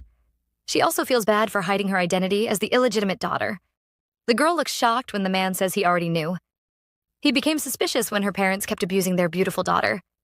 He didn't want to reopen her wounds, so he never asked. The man smiles as he wonders what he should do to make his wife happy. The girl is surprised and thinks hard. She comes up with the most ridiculous idea. She wants her husband to turn into a wolf and hug her. Kira is stunned by her wish, But the wife-pleaser is eager to do anything to make his wife happy, so he changes into his wolf form. Iris is happy and hugs the fluffy wolf. The man says he has a gift for her. He has prepared a magic relic called the sleeve stone. The girl cries out in shock, which makes the man suspicious. Iris laughs nervously and says the gift surprised her, but she secretly thinks her husband must never touch the stone. Our heroine might have lied a little. The girl has heard about the sleeve stone. The stone is used to produce good dreams, but it is also dangerous because it can trap its owner in an eternal sleep. Kira admits he is hiding some relics from the Holy Kingdom. Those items are too dangerous to move, so they have to leave them alone. The man is convinced he can control the sleeve stone and plans to give it to Iris. He wants her to have good dreams. The girl is unwilling. She is sure she won't be trapped in the stone, but is worried it might affect her husband. No one knows, but 3 years from now, Kira's parents and his sister will die in an accident. His younger brother will sink into despair and use the sleeve stone to drown his grief. Eventually, his soul will get trapped in the relic. Kira will do his best to save him, but his brother will become an empty shell. Iris is afraid her husband will bring the dangerous relic back. She hugs him and vows to destroy the stone with her own hands. A few days later, Kira drags Iris on a walk. The girl is worried about the stone, but the man says there are other methods. They arrive at a large field full of horses. Iris loves the view, but the man says the gift he prepared isn't here. He leads her to the stables, and Iris looks shocked when she sees the gift. Eugene is standing next to what looks like horses, but they have horns. The girl screams as she realizes they are unicorns. Kira warns her to keep it a secret. He explains that unicorns can hide their horns when they get older. They can also understand human speech. Iris admires the older unicorn, but looks disgusted when Kira says its name is White. His naming sense is really trash. She pets the mother unicorn, but the little one immediately runs over for some hugs. Iris asks for its name, but Kira says she cannot name it. The girl is surprised, but the man says it is hers. The girl stares at the unicorn in awe. The man stops talking when he sees her bright smile. Iris is very happy and vows to raise it well. Inside an abandoned castle, a man is having a meltdown. He slams his fist and wonders if everyone in his family has gone mad. No one seems to be stopping this marriage. The man makes up his mind to ruin the wedding, but first he has to escape this prison. Neither Iris nor Kybrandt realizes that beyond the trouble Brittany represents, another quiet danger is beginning to take shape. Elahart remains deeply dissatisfied with his brother's sudden decision to marry, and although he has not yet acted, his discontent lingers like a shadow waiting for the right moment to stretch across their lives. At the same time, Kybrandt's attention is divided, and Iris finds herself fully immersed in an entirely different challenge, one that is both exhausting and unexpectedly heartwarming. She is now responsible for raising a small unicorn foal, a creature so lively and mischievous that it seems to carry endless energy within its tiny body. Iris tries her best to keep up, but the little unicorn refuses to stay still for even a second, constantly darting around the stable and slipping away whenever she gets close. Despite her efforts, the situation quickly overwhelms her. The foal's unpredictable movements cause Iris to lose her balance more than once, and each fall leaves her breathless and increasingly frustrated. Eventually, she can no longer keep up with the chaos. She collapses onto a soft haystack, closing her eyes as she struggles to catch her breath. In that moment of stillness, she reflects on how difficult raising a foal truly is, far more challenging than she had ever imagined. Nathan has already provided her with an overwhelming amount of advice, enough to fill an entire encyclopedia on caring for baby unicorns, yet none of it feels useful in the face of real experience. What she needs now is not knowledge, but practice, patience, and endurance. Even so, her frustration never overshadows her affection. To Iris, the little unicorn remains the most adorable creature she has ever seen. Its playful nature, though troublesome, only deepens her attachment. She genuinely wants to tame it and build a connection, but the foal stubbornly resists her attempts, snorting and stepping away whenever she tries to touch it. This rejection leaves her slightly disappointed, though she refuses to give up. Nearby, Kybrandt watches everything unfold with a growing headache, his expression tightening as he observes the ongoing struggle. However, what truly unsettles him is not the difficulty Iris faces, but the way she looks at the unicorn, with a tenderness and warmth that mirrors the way she looks at him.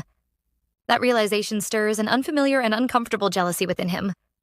Unable to ignore the feeling, Kybrandt approaches Iris as she rests on the hay. He sits across from her, quietly studying her for a brief moment before suddenly leaning forward and kissing her. The action surprises Iris, and she instinctively pulls away, her expression filled with confusion. She questions his sudden behavior, while he challenges her reaction, wondering why she avoids him so quickly. A faint blush appears on her face as she explains that the foal is watching, making her feel self-conscious. The little unicorn is indeed standing nearby, staring directly at them.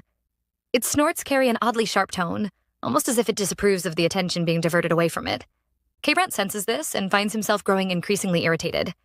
The atmosphere between him and the small creature becomes tense, charged with an unspoken rivalry. It feels as though an invisible current runs through the air, connecting them in silent opposition. In response, K-Brant gently pulls Iris into his arms, preventing her from turning back toward the unicorn. He suggests that if she feels uncomfortable being affectionate under such watchful eyes, they should leave the stable and find a more suitable place. His low voice carries a subtle intensity that causes Iris to blush even more deeply. He then admits that being half-beast himself makes the situation feel strange, as though he cannot help but react instinctively to the bond forming between her and the unicorn. As time passes, the scene gradually shifts. Several days later, Iris is seen resting comfortably on a sofa, her posture relaxed as she leans back and tilts her head slightly. Her thoughts drift to the uneasiness she felt earlier that morning. K-Brant has already left the manor at dawn, explaining that he needs to retrieve an important stone and will not return until closer to the wedding. His absence leaves a noticeable emptiness in the manor, one that Iris is not entirely accustomed to. She begins to realize just how much his presence has quietly become a part of her daily life. Despite this emptiness, Iris is not left alone. The residents of the manor continue to engage her, frequently approaching her with conversations and responsibilities that require her attention. Even in K-Brant's absence, his parents remain present, occasionally seeking her out and involving her in warm and meaningful discussions. Iris genuinely enjoys these moments. The kindness and acceptance she receives from the Green family feel genuine, offering a comforting contrast to the cold and distant treatment she experienced in her previous life with Alfred's family. This difference does not go unnoticed, and it fills her with a sense of belonging she once believed she would never have. During one such conversation, K-Brant's father casually brings up the unicorn, asking whether K-Brant truly gifted it to her. Iris responds with a light laugh, confirming that it is indeed a gift, though she does not hide the challenges she faces while trying to tame it. K-Brant's mother listens attentively before offering a gentle suggestion. She proposes that Iris give the little unicorn a name, explaining that naming a creature often helps establish a deeper bond and can make it easier to build trust. At first, Iris feels uncertain about the idea, but she takes the suggestion seriously, reflecting on its meaning. The image of the small unicorn fills her thoughts as she carefully considers what name would suit it best. After a brief moment of hesitation, she finally decides on a name that feels right. She chooses Windy. The response from K-Brant's parents is warm and supportive, and their approval brings a bright smile to her face. In that moment, Iris feels surrounded by a comforting warmth, a feeling she had long been deprived of in her past life. It is a simple moment, yet it carries deep emotional significance for her. However, the pleasant atmosphere does not last. As the conversation shifts, K-Brant's parents inform Iris that the Whittle family will soon be arriving at the manor. The news immediately changes her expression.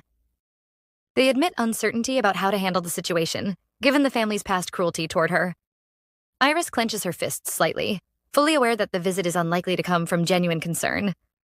Instead, she recognizes it as an act driven by curiosity, and perhaps Brittany's desire to confirm her unhappiness in her current life. Rather than showing hesitation, Iris responds with calm determination. She tells them they are free to handle the Whittle family as they see fit, but she makes it clear that they should not argue on her behalf. She is capable of protecting herself and has no intention of relying on others to fight her battles. In fact, she has already devised a plan, one that will firmly establish her boundaries and make her position clear without unnecessary conflict. The following day, events unfold exactly as anticipated. The Whittle family arrives at the manor, expecting entry, but they are met with firm resistance. James greets them at the entrance with his usual polite and composed demeanor. Despite the visible anger of Duke Whittle, James remains unwavering. He delivers the message calmly, explaining that Iris is unable to receive visitors that day. His tone remains respectful, yet his stance leaves no room for negotiation. He advises them to leave and return another day, effectively denying them entry without escalating the situation. Duke Whittle is furious, his patience worn thin after being denied proper entry despite already crossing the manor gates. In his mind, simply arriving should guarantee them access, and he believes that being turned away is nothing short of an insult to his status. However, James remains calm and composed, maintaining a polite demeanor as he offers a carefully worded apology. He explains with subtle regret that the manor has not had sufficient time to prepare the guest rooms, noting that such inconvenience is common when visitors arrive without prior notice. His tone is respectful, but his stance is firm, leaving no room for negotiation. Brittany's mother quickly steps forward, unwilling to accept such treatment. She insists that James should speak with Iris again, convinced that there must be some misunderstanding. In her mind, Iris could never intentionally refuse her own family, and if she were informed properly, she would personally arrange the finest accommodations for them. However, Duke Whittle cuts her off abruptly, his fists clenched tightly as his anger deepens. To him, James is nothing more than a servant, a mere extension of the Green family's authority, and the idea that such a man dares to humiliate them only fuels his rage further. Without another word, he turns sharply and leaves the manor grounds, declaring that they will return the following day and expect to be received in a manner befitting their status. Brittany lingers for a moment, gripping her mother's arm tightly as she casts a sharp glare toward James.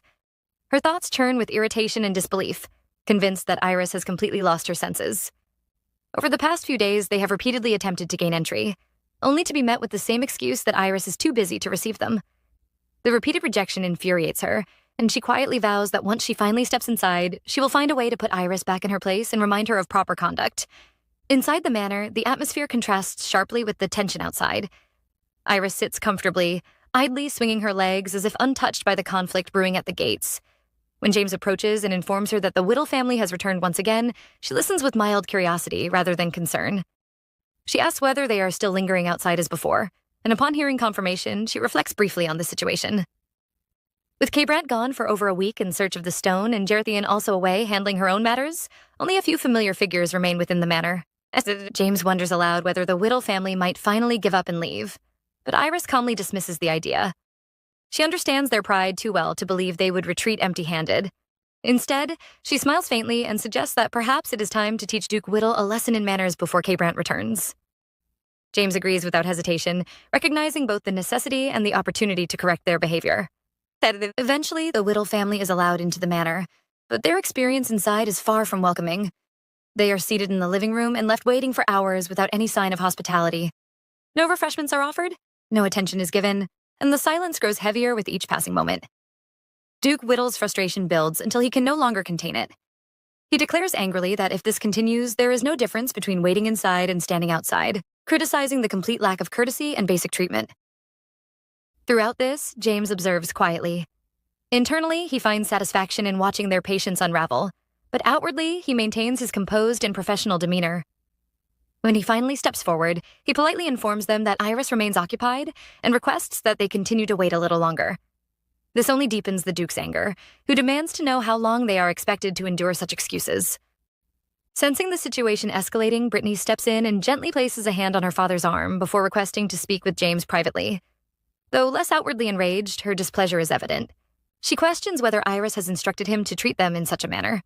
James responds calmly, his expression unchanged, asking what she means. When she presses further, accusing him of being disrespectful, he politely counters that Iris has, in fact, instructed him to receive them with respect. He then adds that respect depends on who qualifies as a guest of the manor. His words leave Brittany momentarily speechless. Lowering his head slightly in a gesture of courtesy, James explains that considering how the Whittle family has treated Iris in the past, his current attitude is already more than polite.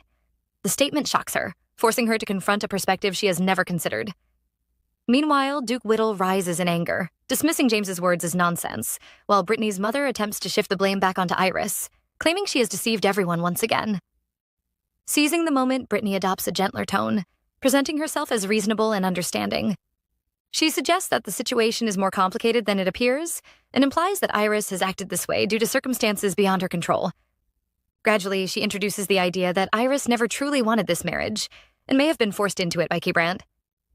She quickly covers her mouth as if startled by her own words, offering an apology while maintaining the impression of reluctant honesty.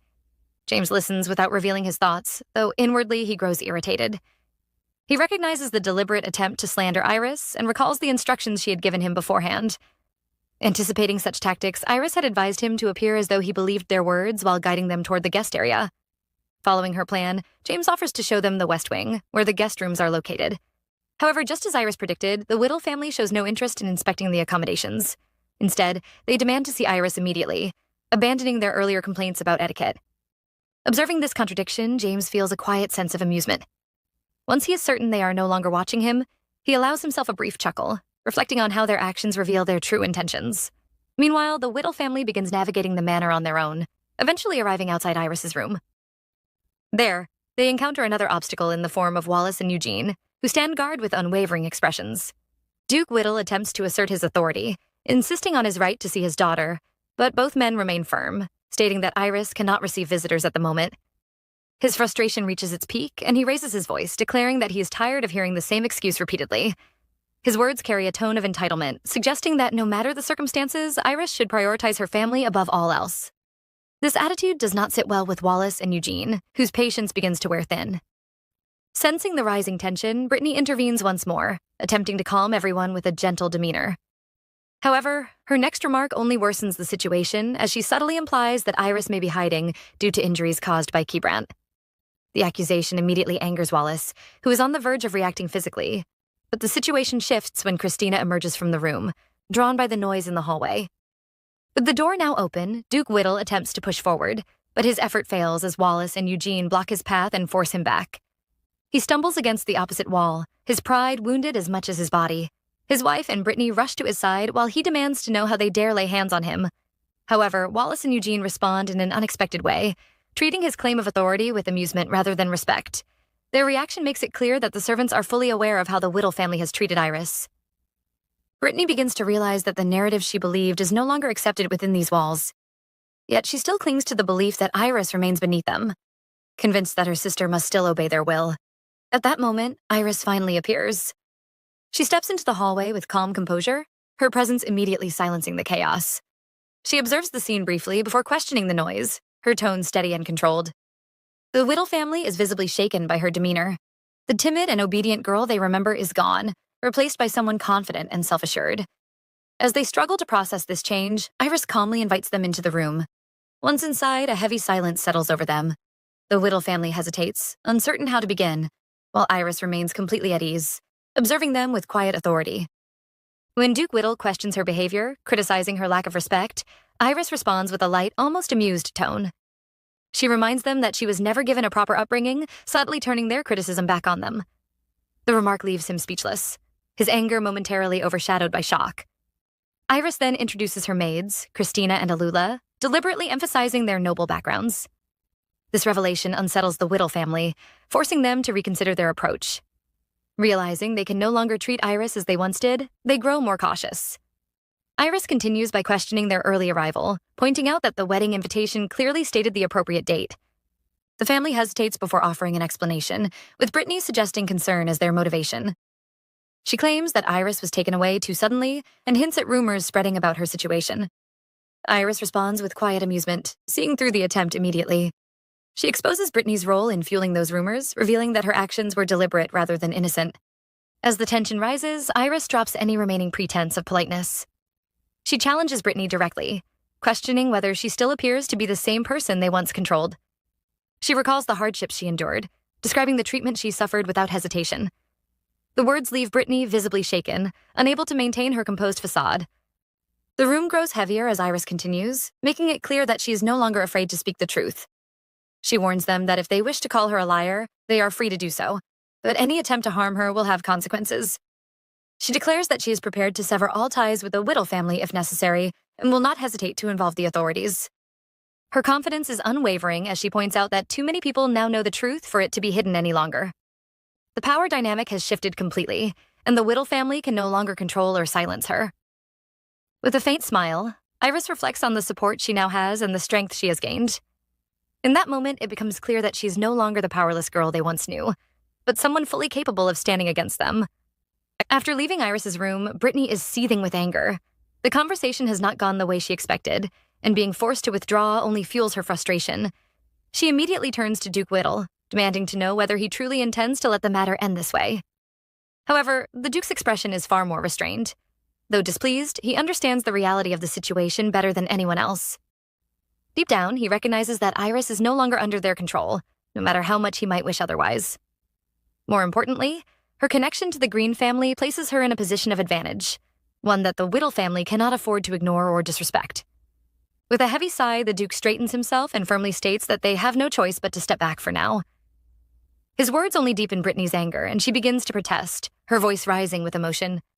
Yet her father cuts her off, reminding her that retreating in this moment does not mean surrender.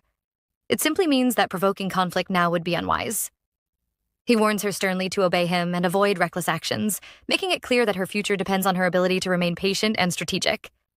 Though unwilling, Brittany is forced into silence, her frustration simmering beneath the surface.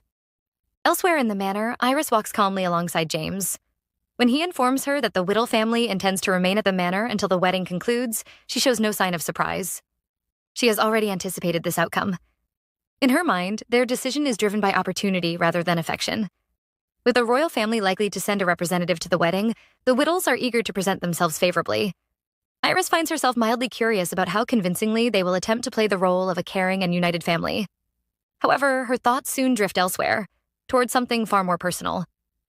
Turning to James, she asks with quiet anticipation whether Keybrandt is truly expected to return the next day. Upon receiving confirmation, a subtle shift crosses her expression.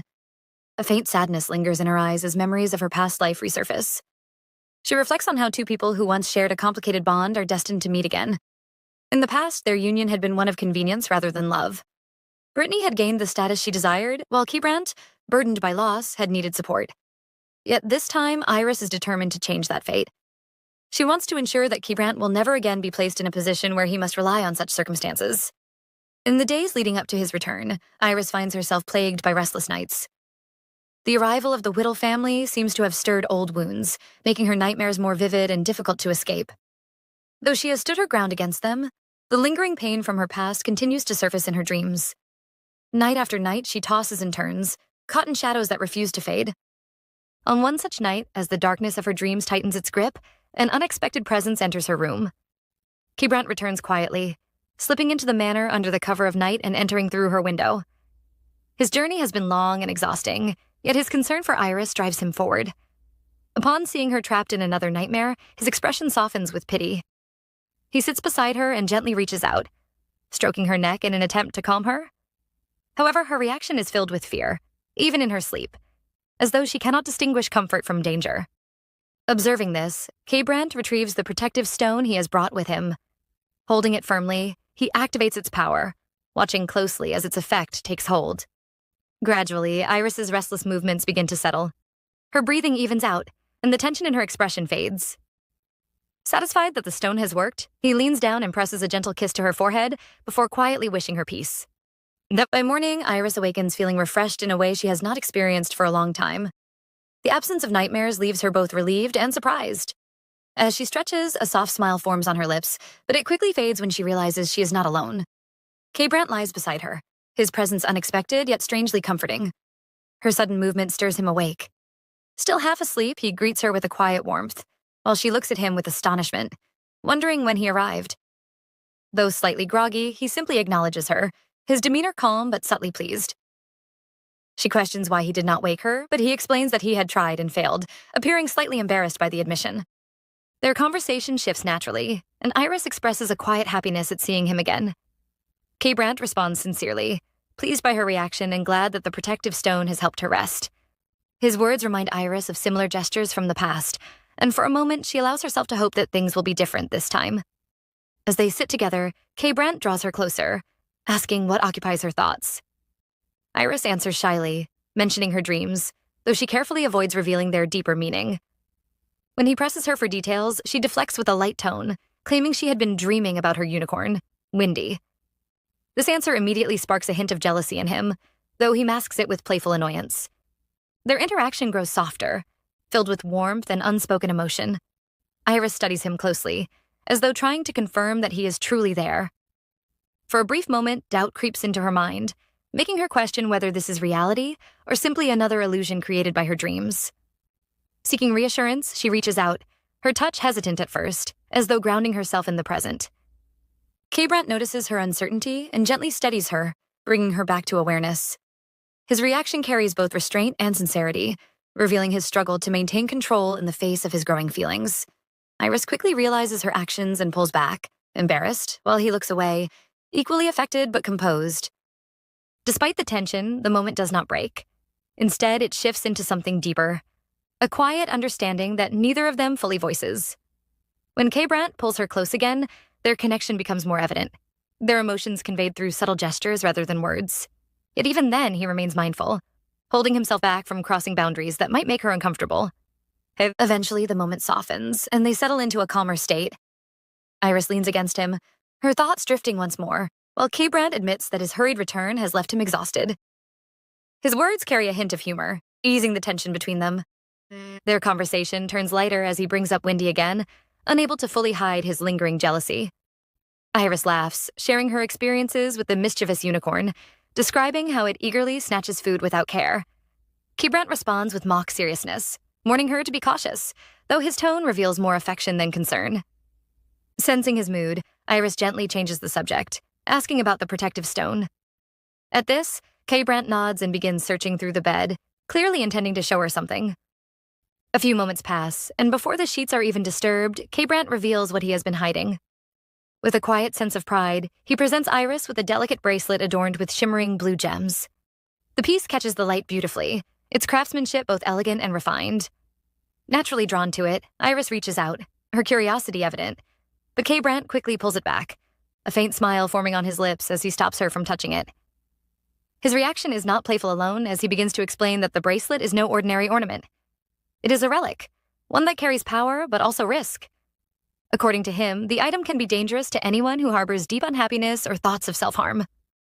His words catch Iris off guard, and her expression shifts to one of surprise. She questions whether he truly sees her as someone burdened by such darkness.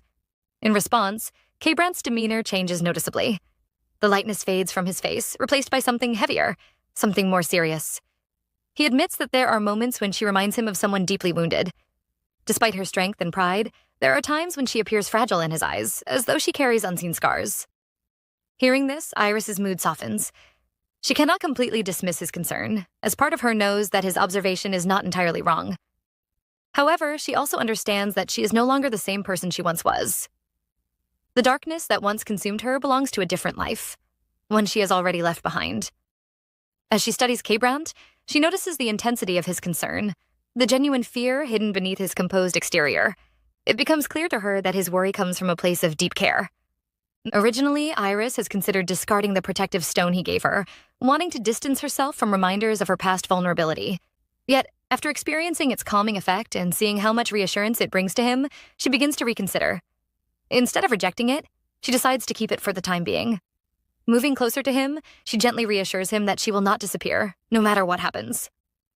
Taking his hand, she expresses her gratitude, admitting that she appreciates the way he looks out for her. She then makes a request, asking him to promise that the protective stone will never be lost or used by anyone else. Though slightly surprised by her insistence, Keybrant does not question her further. Instead, he pulls her into a quiet embrace and agrees without hesitation. In that moment, he also reveals his affection, acknowledging that despite her occasional complaints, his feelings for her run deep. Not long after, the calm atmosphere is interrupted by the arrival of Gerithian. Her presence brings a sudden burst of energy into the manor as she rushes toward Iris and embraces her warmly. Her concern is immediate, asking how Iris has been managing in her absence. Iris responds with a gentle smile, reassuring her that everything has been fine, before returning the question. Their interaction carries a natural ease, reflecting the bond they share. Gerithian quickly shifts the topic, teasingly asking whether Iris is ready to spend the family fortune and whether she is enjoying the wedding preparations. This catches Iris completely off guard. The idea that such extravagant resources are being used for her wedding is something she has not yet fully grasped. For a brief moment, she wonders if Gerithian is exaggerating or joking, but the seriousness beneath her tone suggests otherwise. Realizing she has nearly forgotten something important, Gerithian suddenly becomes animated again and announces that she has someone to introduce. She brings in Nelanicus, presenting her as a trusted colleague from the academy. Nelanicus greets Iris with graceful composure, her presence immediately commanding attention. Gerithian proudly mentions her reputation, emphasizing how well-known and respected she is within social circles. Iris recognizes the name instantly, though not from this life. In her past, Nelanicus has held immense influence, far surpassing even Brittany in social standing. She has been a central figure in high society, someone whose presence could elevate any gathering. Eventually, she has risen to even greater heights, becoming a figure of authority and admiration. Remembering this, Iris studies her more carefully, aware that this encounter holds significance beyond the present moment. As Gerithian and Nelanicus exchange light-hearted remarks, their familiarity becomes evident, and Iris observes them with quiet interest.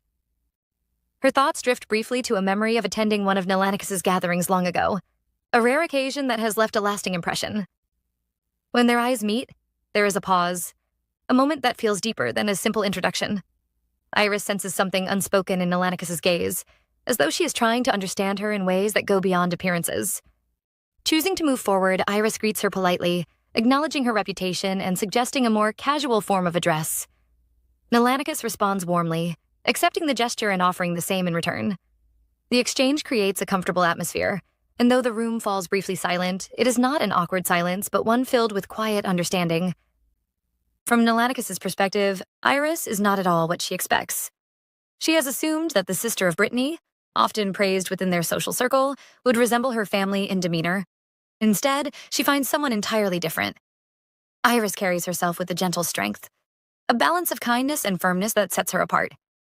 There is a confidence in her that suggests experience, as though she understands the world in ways others might not. This contrast intrigues Nelanicus, leading her to question the accuracy of the rumors she has heard. Meanwhile, Iris notices Nelanicus's prolonged attention and becomes slightly curious about it. Before she can address it, Gerithian steps in, assuming the confusion stems from common rumors. She reassures Iris that Nelanicus has no personal interest in Keybrandt, clarifying that their relationship is far from romantic. This revelation surprises Iris, raising new questions in her mind about Nelanicus's involvement in the wedding preparations. However, before she can explore this further, the atmosphere shifts abruptly. Brittany enters the room without warning, her presence immediately disrupting the calm. Believing Iris to be alone, she begins to speak with visible irritation, questioning her actions and behavior. The tension in the room rises instantly, drawing the attention of both Gerithian and Nelanicus. And only after noticing their presence does Brittany realize her mistake. Her expression changes, and the confidence she entered with falters. Gerithian responds with a polite yet clearly sarcastic remark, highlighting the lack of proper introduction. Caught off guard, Brittany struggles to regain composure, offering an awkward greeting while trying to process the situation. Her attention then shifts to Nelanicus, and her surprise deepens. Recognizing her immediately, Brittany feels a mixture of admiration and frustration. She has long desired to form a connection with someone of Nelanicus's influence, hoping to gain her support within social circles. Yet now, standing before her, she realizes that Nelanicus's attention is not directed toward her, but toward Iris.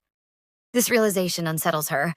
The opportunity she has always sought appears to be slipping away, and worse, it seems to favor the very person she resents. As these thoughts take hold, her composure weakens, and a subtle tremor runs through her. Iris notices the change instantly. Observing her sister's reaction, she recognizes the unease beneath the surface. For a brief moment, she reflects on the irony of the situation, realizing that even Brittany, who has always appeared confident and untouchable, has her own fears. Instead of confronting her directly, Iris chooses a different approach. She remains calm, composed, and quietly observant, allowing the situation to unfold while subtly guiding the interaction in her favor. Iris smiles brightly, her expression warm and inviting as she welcomes Brittany into the room. She remarks that it is a pleasant surprise to have her join them, especially since such important guests are present. With calm composure, Iris explains that it would be fitting for Brittany to dine alongside them. Outwardly, her tone is gentle and considerate, but inwardly she finds a certain amusement in the situation. Sharing a meal with Gerithian and Nelanicus while Brittany sits among them feels almost ironic, and she cannot help but anticipate how the moment will unfold. From Brittany's perspective, however, the situation feels completely different. What Iris considers amusing becomes, for her, deeply uncomfortable. She cannot shake the feeling that Iris is deliberately displaying her connection with Gerithian and Nelanicus, almost as if she is subtly asking whether Brittany feels jealous. The thought unsettles her, especially because these are individuals she herself has long struggled to approach. Lost in these thoughts, Brittany fails to notice Iris calling her several times.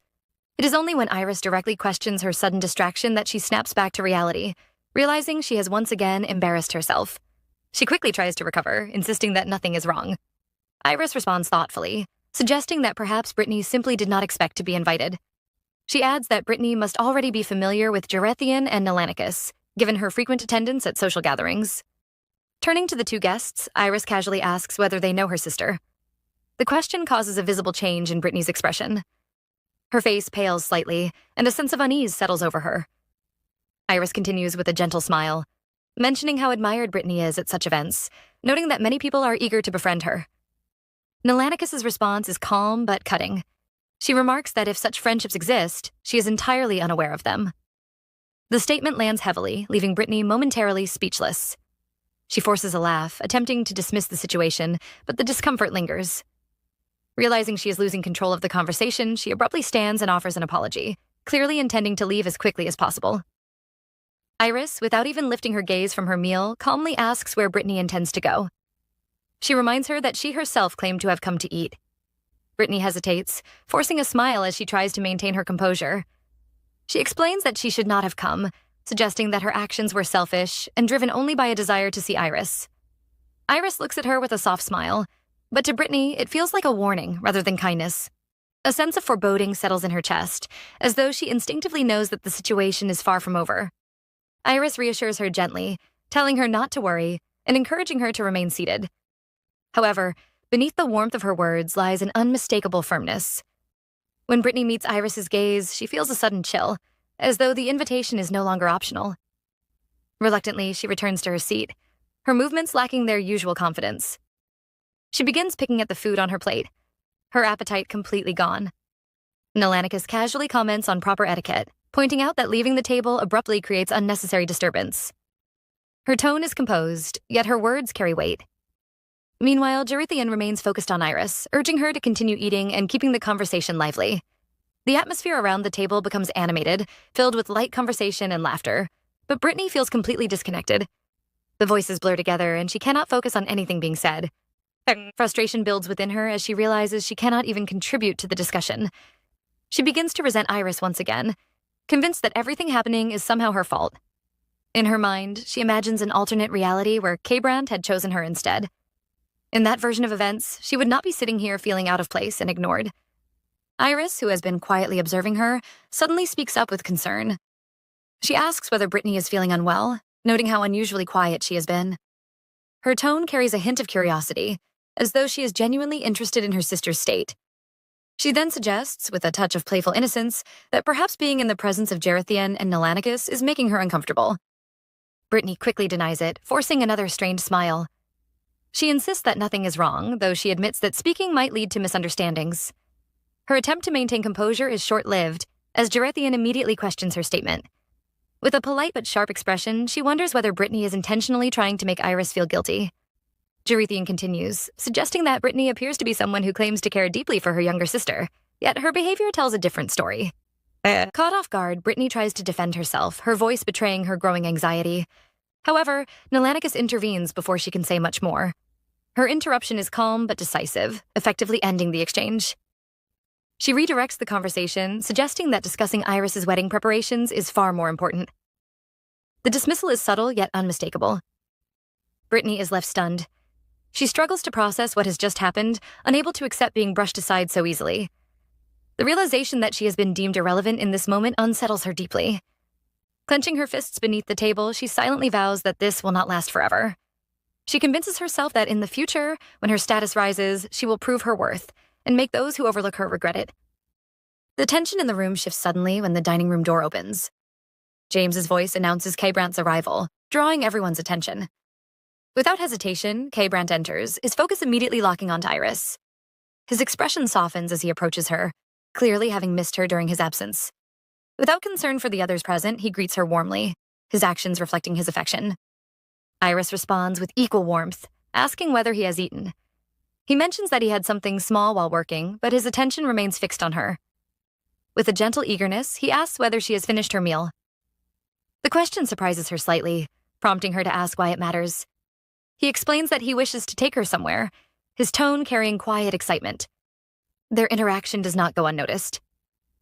Gerithian clears her throat, mildly annoyed that her brother seems oblivious to everyone else in the room. K-Brant acknowledges her and Nelanicus, offering a brief greeting while explaining that Iris's presence has distracted him from everything else. His remark draws a complaint from Gerithian, who notes that he always behaves this way around Iris. Meanwhile, Brittany watches in silence, her disbelief growing. She cannot comprehend how deeply K-Brant seems to care for Iris.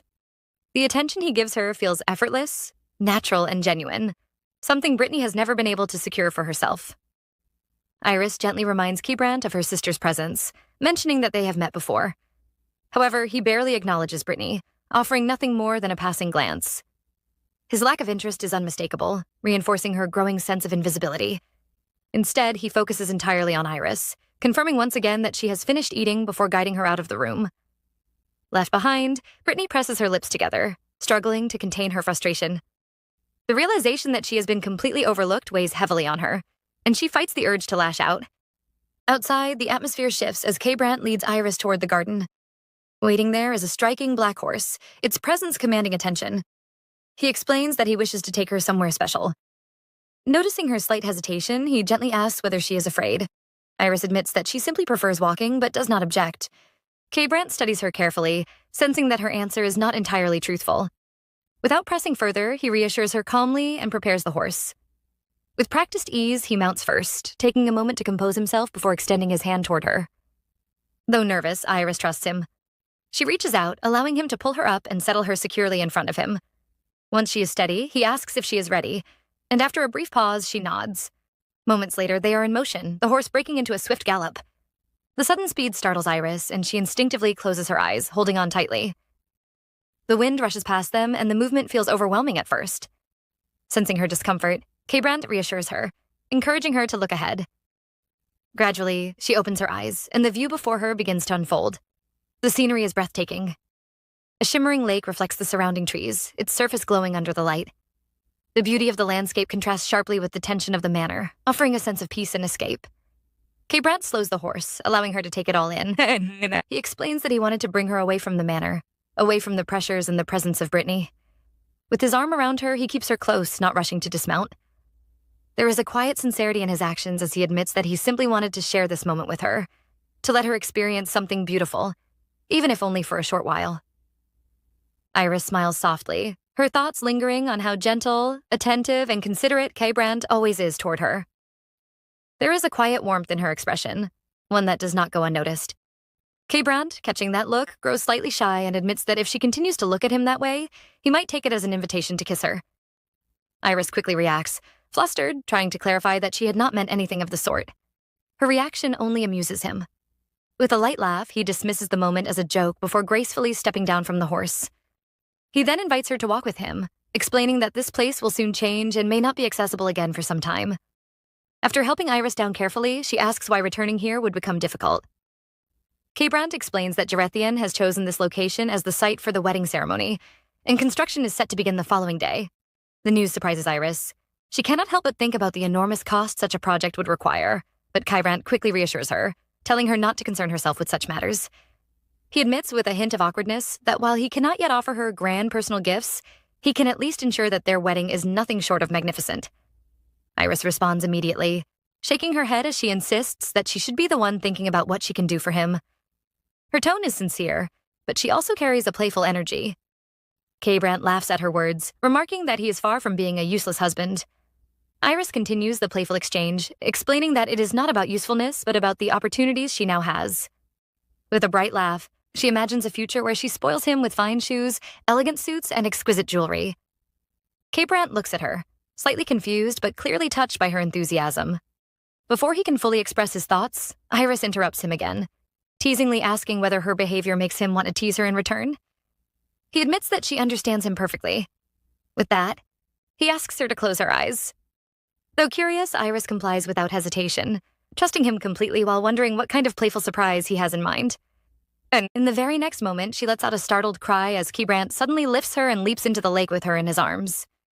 The splash breaks the calm of the surroundings, and his laughter echoes across the water. He admits that this was exactly the kind of joke he had been planning, clearly pleased with how it turned out. Carefully, he steadies Iris in the water, making sure she is safe. As Iris regains her composure, she looks around and notices how clear the lake water is, its surface shimmering under the light. K. Brandt gently reminds her to be cautious, mentioning that some areas are deeper than they appear. However, his warning proves unnecessary, as Iris has no intention of moving away from him. In fact, neither of them seems eager to create distance. A quiet calm settles between them once more. Instead of speaking, they simply remain close, appreciating each other's presence and the peaceful beauty surrounding them. The moment feels suspended in time, as though neither wishes for it to end. Eventually, K. Brandt breaks the silence, asking why she is looking at him so intently. Iris answers honestly, explaining that his smile is so captivating that she cannot look away. Her words draw her closer to him, and in response, he holds her more securely. The connection between them deepens, filled with warmth and quiet happiness. For K. Brandt, the moment feels almost too perfect, something he wishes he could extend indefinitely. However, he becomes increasingly aware of the situation. The cool water sharpens his senses, and with Iris's soaked appearance, he finds it harder to maintain his usual composure. Realizing they cannot linger too long, he decides to break the moment before it goes too far. Suddenly, he splashes water at her, catching her completely off guard. Iris reacts instantly, glaring at him with playful indignation. K-Brant laughs, offering a quick excuse, explaining that if they remain in the water any longer, her maids will certainly scold him, regardless of the warm weather. His reasoning only irritates her further, and he quickly realizes his miscalculation. Determined to retaliate, Iris chases after him, attempting to splash him in return. What follows is a lighthearted exchange, filled with laughter and movement. The tension from earlier disappears entirely as they enjoy the simple joy of each other's company. Both silently wish for more moments like this, free from pressure and expectations. Eventually, they return to the manor. The moment they step inside, Iris is quickly guided away to warm up, despite her attempts to explain that they had only been in the water briefly. As she begins drying her hair, there is a knock at the door. James's voice follows, asking for permission to enter. Iris has already been meaning to speak with him, so she immediately allows him in. Her curiosity leads her to ask about Brittany and what happened after she left the dining hall. James explains that Brittany remained seated, unable to engage with Gerithian and Nelanicus, who seemed rather satisfied with the silence. Iris considers this and concludes that the situation must have deeply frustrated her sister. She wonders quietly what Brittany might attempt next. Shifting the topic, Iris asks James the reason for his visit. His hesitation is unusual, immediately signaling that something is wrong. With a concerned tone, he informs her that a new guest has arrived at the manor, someone whose presence does not seem to bring good news. The guest has specifically requested to meet Iris privately, but James is uncertain whether allowing such a meeting would be wise. The visitor is soon revealed to be Groger. He waits in the living room, his posture heavy and his expression filled with regret. It is clear from his demeanor alone that he brings troubling news. As Iris joins him, he apologizes immediately, explaining that he has failed in a matter she entrusted to him. He informs her that the gold mine has collapsed and become completely blocked. Despite multiple attempts to clear it from different directions, every path has been obstructed by heavy rock. He expresses deep regret, believing he has disappointed her trust. However, Iris does not react with fear or panic. Instead, she remains calm and composed, asking specific questions about the situation. She inquires about the northern wall of the mine, and Groger confirms that he has personally inspected it. According to him, the rock there is far too solid for traditional methods to penetrate. Her next suggestion surprises him completely. With steady confidence, Iris asks whether explosives have been considered. The idea shocks Groger, who immediately rejects it, explaining that such a method would be extremely dangerous. The risk of collapse is too great, and lives could be lost in the process. Yet Iris does not waver. She calmly insists that the mine will not collapse and that no one will be harmed. Her certainty is unwavering, which only deepens Groger's concern. He tries once more to reason with her, emphasizing the responsibility he holds and the potential consequences of such a decision. Still, Iris remains resolute. She assures him that she fully understands the risks and is willing to take responsibility. Her confidence is not reckless but calculated, as though she already knows the outcome. With a calm smile, she asks him to trust her judgment, promising that they will not regret this decision. Iris reflects on the events of her past life, where the same gold mine had once been abandoned for identical reasons. Back then, the mining operation had come to a sudden halt, and the consequences had fallen squarely on her shoulders. The Whittle Duke had been furious, accusing her of being useless despite previously believing she could bring value to the family. In the end, he had shifted all blame onto her, refusing to hold Alfred accountable. Alfred had rarely been present, often away from responsibility, making Iris an easy target. She remembers clearly how unfair those accusations had been. Neither the marriage nor the decision to acquire the mine had ever been hers, yet she had borne the consequences of both. The Whittle Duke, unwilling to accept defeat, had taken matters into his own hands. When the mine collapsed, he had insisted on using explosives to clear the blockage. Many had tried to dissuade him, warning of the danger and the potential loss of life, but he had ignored them all. The safety of others had never been his concern. Explosives were eventually used, and in a twist that felt almost cruel in its irony, the outcome had been extraordinary. Instead of destruction, the explosion had revealed a hidden treasure deep within the mine, something far more valuable than anyone had anticipated. That discovery had come shortly before Iris's death, leaving a lasting impression on her memory. Because of that experience, Iris now holds absolute confidence in her current decision. She knows that the explosion will not bring ruin, but will instead open the path to unimaginable wealth. Her calmness is not born from ignorance, but from certainty shaped by what she has already lived through. And then sometime later, James discusses the situation with K-Brant, carefully pointing out how unusual Iris's decision appears. He explains that Grouger, despite his concerns, has ultimately chosen to trust Iris and proceed according to her instructions. K-Brant listens quietly before stating that the explosives should indeed be used. His response surprises James, who had expected hesitation or intervention. James questions whether K-Brandt truly intends to remain uninvolved, especially considering that while the mine belongs to Iris, the matter still affects the wider county. He warns that if anything goes wrong, the consequences could harm Iris's reputation, particularly after she has only just escaped damaging rumors. K-Brandt acknowledges the risk, but remains firm. He decides not to interfere, and instructs James to allow Iris to handle the matter as she sees fit. His decision is not made lightly. As he stands by the window later, his thoughts linger on Iris and the mystery surrounding her actions. He cannot ignore the pattern he has begun to notice. Iris often behaves as though she possesses knowledge beyond what others can see. From their very first meeting to the moment she faced him without fear in his transformed state, she has consistently demonstrated an unusual sense of certainty. He recalls that it was Iris who had first suggested acquiring the mine. Under normal circumstances, news of a collapse so soon after operations begin would cause panic due to the financial loss involved. Yet Iris has remained completely composed. This composure leads K-Brandt to question whether she had anticipated this outcome all along. The thought lingers in his mind, difficult to dismiss. At the same time, Iris is lost in her own thoughts. She estimates that the positive news about the mine will likely arrive around the time of the wedding. However, she is also aware that the future is no longer as predictable as it once seemed. Her actions have already begun to alter the course of events, and she understands that she can no longer rely solely on past knowledge. Because of this, she recognizes the importance of surrounding herself with capable and intelligent people. As she leans back against the sofa, her mind shifts to another matter entirely. She begins considering the need to establish trade relations with the Toller Kingdom, understanding that such alliances will be crucial moving forward. Her thoughts are interrupted when K-Brandt enters the room. His expression reveals nothing of the hours he has spent contemplating her behavior. Iris looks at him with mild surprise, asking if his discussion with James has truly taken so long. K-Brandt sits beside her and explains that he has had other matters to consider as well.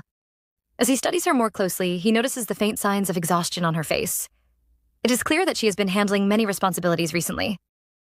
There is a brief pause before K-Brandt decides to address the question that has been weighing on his mind. With some hesitation, he asks whether she possesses the ability to see the future. The question catches Iris completely off guard, sending a wave of panic through her. She does not understand how he has arrived at such a conclusion, yet she cannot deny that his reasoning is not entirely unfounded. K-Brandt explains his thoughts calmly, pointing out how she often seems to know things in advance and how her reaction to the mine incident has been unusually composed. He moves slightly closer, suggesting that perhaps she possesses a unique ability, something similar to his own connection with relics. Iris is left momentarily speechless. She has always known that this moment might come, yet she feels entirely unprepared now that it has arrived. The truth is complicated. While she does have knowledge of past events, she cannot guarantee that the future will unfold in the same way. She remembers how she once tried to change K-Brandt's fate, a fate that had led to suffering and an unjust end.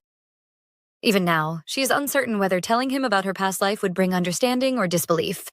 Although she trusts that K-Brandt would never harm her, this particular secret makes her confidence falter. The weight of it is too great, too difficult to explain. Her silence does not go unnoticed. K-Brandt senses the shift in her mood, recognizing the melancholy that settles over her. He understands that she is holding back something significant, but he also realizes that pushing her may only create distance between them. With a quiet sigh, he admits that he may be mistaken. At the same time, Iris responds by explaining that she cannot predict the future.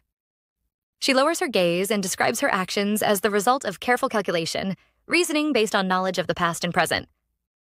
In her explanation, she suggests that understanding patterns can sometimes make outcomes easier to anticipate. K-Brandt listens, a faint smile appearing as he considers her words. He questions whether she arrived at her earlier conclusions through similar reasoning, including how she identified certain truths about those around them. Iris maintains her explanation, insisting that it is all logic combined with confidence in her decisions. Despite her answer, K-Brandt remains aware that there is more she is not saying. He takes her hand gently, bringing it closer as he admits that many questions still remain in his mind. Iris meets his gaze with a soft smile, acknowledging that she is aware of this. She assures him that one day she will tell him everything, but she needs more time before she can do so. The seriousness of the moment lingers briefly before K-Brandt, realizing how close he has moved, shifts back slightly, unintentionally breaking the intensity of the atmosphere. Iris notices the subtle disappointment in his expression, but also recognizes that he has chosen not to pressure her. This restraint fills her with quiet gratitude. As she reflects on his actions, Iris becomes increasingly aware of her growing feelings for him. His presence alone brings her comfort. something she once believed she would never seek again. There was a time when she wanted nothing to do with men, yet now she finds herself drawn to him, craving the warmth and safety he provides. Sensing her own thoughts drifting too far, Iris pulls back slightly and shakes her head, attempting to regain composure. K-Brant misinterprets her reaction, believing he has somehow ruined the moment. He quickly apologizes and shifts his focus to her well-being, expressing concern about her rest. Okay. He then produces a bracelet containing a guardian stone intending to help her sleep peacefully. Iris hesitates. She does not wish to sleep, especially not under the influence of the stone. A quiet unease settles over her as she considers the possibility of revealing something in a vulnerable state. She attempts to dissuade him, but K-Brant gently activates the stone regardless. As its effect begins to take hold, Iris feels a flicker of fear. Her thoughts grow heavy, and despite her resistance, sleep begins to claim her. Beneath that calm exterior, her concern remains as she cannot be certain what truths might surface once she loses control within the depths of her dreams. K-Brant, the count responsible for overseeing holy relics, lives a life filled with constant responsibility and pressure. His duties require him to track down locations where strange and dangerous phenomena occur, identify the presence of relics, and coordinate closely with his trusted subordinates, known as the Shadows, to secure them. At the same time, he must always be prepared for conflict, especially when it comes to protecting the freedom and safety of those who serve under him. Finding individuals capable of handling relics is yet another burden he carries.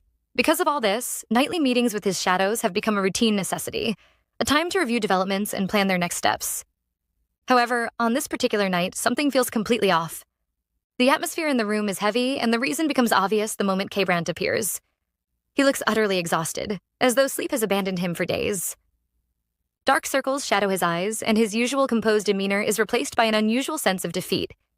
Eugene, Nathan, James, and Wallace exchange glances, unable to comprehend what could have caused such a drastic change in him. None of them has ever seen him like this before, and the unfamiliar sight leaves them unsure of how to respond. Nathan attempts to gauge whether anyone else has any insight, but the shared confusion among them makes it clear that they are all equally clueless. Then, in stark contrast to the tense mood, Wallace suddenly blurts out an excited and completely unexpected guess, wondering if K-Brant has been rejected by Iris, and if that could explain his current state. The room falls into an awkward silence as K-Brant slowly lifts his tired gaze and asks Wallace to repeat what he just said. Even that small reaction confirms that something is indeed wrong. Encouraged by the response, Wallace continues his wild speculation, suggesting various dramatic scenarios, from Iris losing interest in K-Brant to him somehow ruining things himself. Before he can go any further, Nathan swiftly knocks him on the head, shutting him down and restoring some level of order. James, maintaining his usual seriousness, steps in and asks directly what has happened, convinced that something significant must be behind K-Brant's condition. After a brief pause, K-Brant finally answers, revealing that the reason for his state is that he has lost to Windy. His response leaves the entire room stunned. For a moment, they wonder if they have misheard him. The idea that someone like K-Brant could be so affected by a small unicorn seems almost impossible to believe. Yet he calmly explains that Iris, who rarely dreams, had called out Windy's name in her sleep with a peaceful and happy expression. He had secretly hoped that he would be the one to appear in her dreams first. But instead, it was the mischievous little unicorn. The silence that follows is heavy, not because they fail to understand, but because they cannot believe that such a trivial matter has shaken him so deeply. Despite their disbelief, the meeting eventually concludes, though the unusual tension lingers in the air. Afterward, K-Brant makes his way toward Iris's room, still bothered by the incident. As he walks, he reflects seriously on what women might like, even recalling how the topic had unexpectedly become part of their earlier discussion. Wallace had enthusiastically suggested that giving gifts was the key, as it could bring happiness and strengthen emotional bonds. Nathan had immediately dismissed the idea as obvious, emphasizing that understanding a person's true preferences mattered far more. James, offering a more thoughtful perspective, had suggested that Iris might genuinely like animals, considering her fondness for Windy. That suggestion sparked something in K-Brant's mind. Slowly, his earlier gloom begins to fade as an idea forms. By the time he reaches the bedroom, his expression has shifted, no longer resembling the defeated figure from before. However, his interpretation of the advice takes an unexpected turn. Instead of seeking out a new pet, he decides on a far more unusual approach. Once inside, he quietly removes his outer layers and transforms into his wolf form before settling beside Iris. In his mind, this solution feels perfect. If Iris likes animals, then there is no better choice than him. He convinces himself that there is no need to introduce any new creature that might compete for her attention. His own presence, especially in such a form, should be more than enough to earn her affection. With that thought, he relaxes beside her, content with his decision. Elsewhere in the manor, a completely different tension unfolds. Brittany's mother paces restlessly, unable to calm her growing frustration. She feels the current situation with Iris cannot continue. Brittany herself is in a volatile state, throwing documents aside and obsessively declaring her determination to become empress, though she offers no clear explanation for her sudden urgency. The Whittle Duke attempts to reassure his family, insisting that everything is still progressing according to plan. He explains that the royal family, particularly those connected to the crown princess, place great importance on familial ties. He also mentions that the second prince remains cautious, while the heir to the throne appears eager to move forward with marriage arrangements. Despite his confidence, his words fail to ease the Duchess's concerns.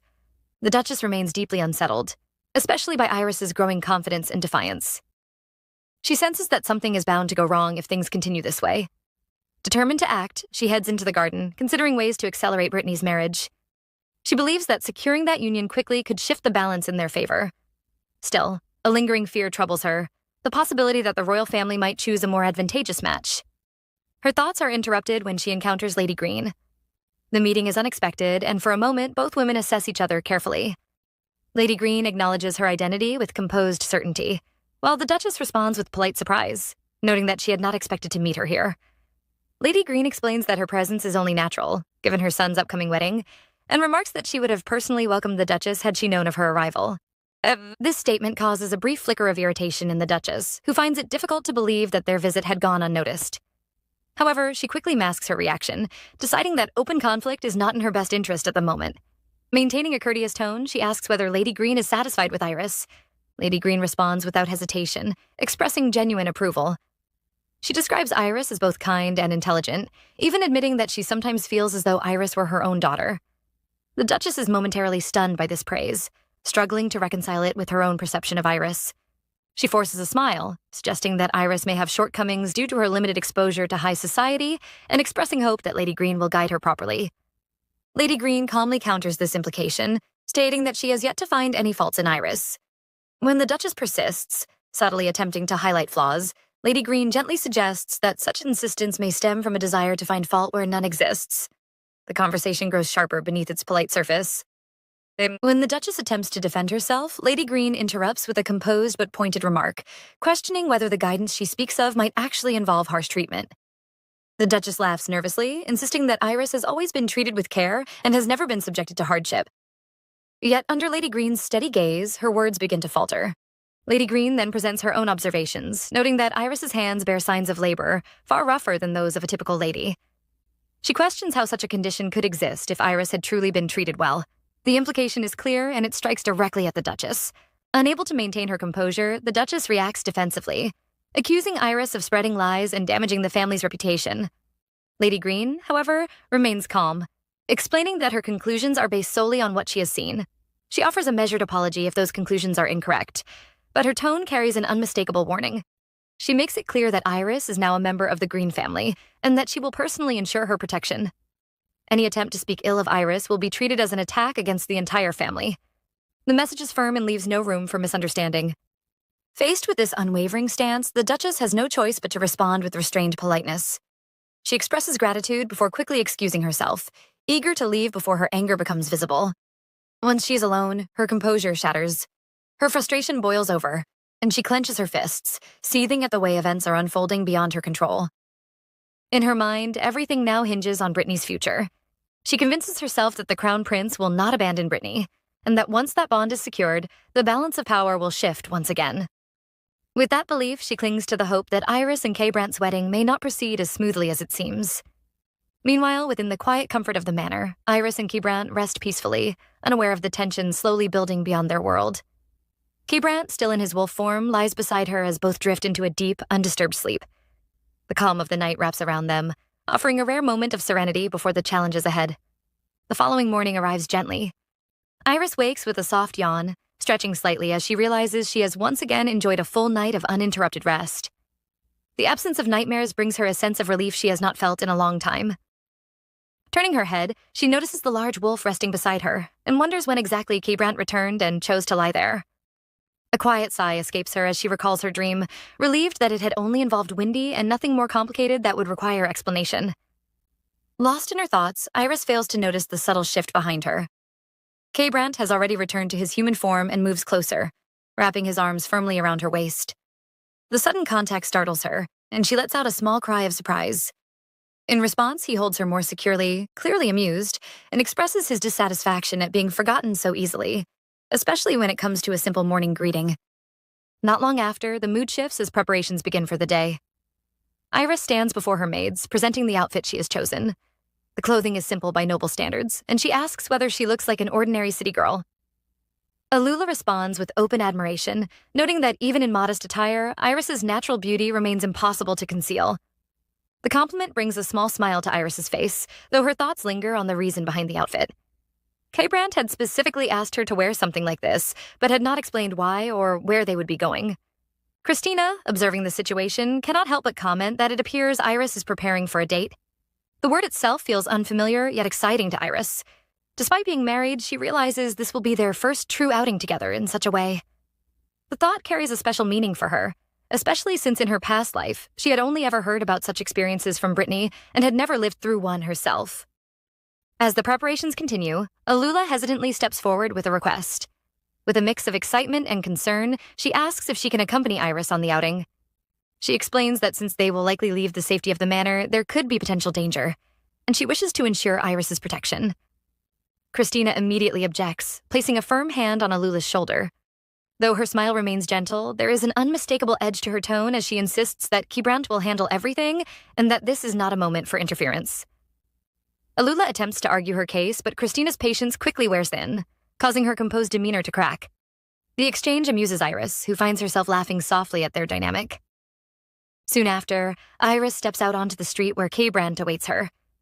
The moment he sees her, his expression softens, and he comments on how striking she looks, even in such simple attire.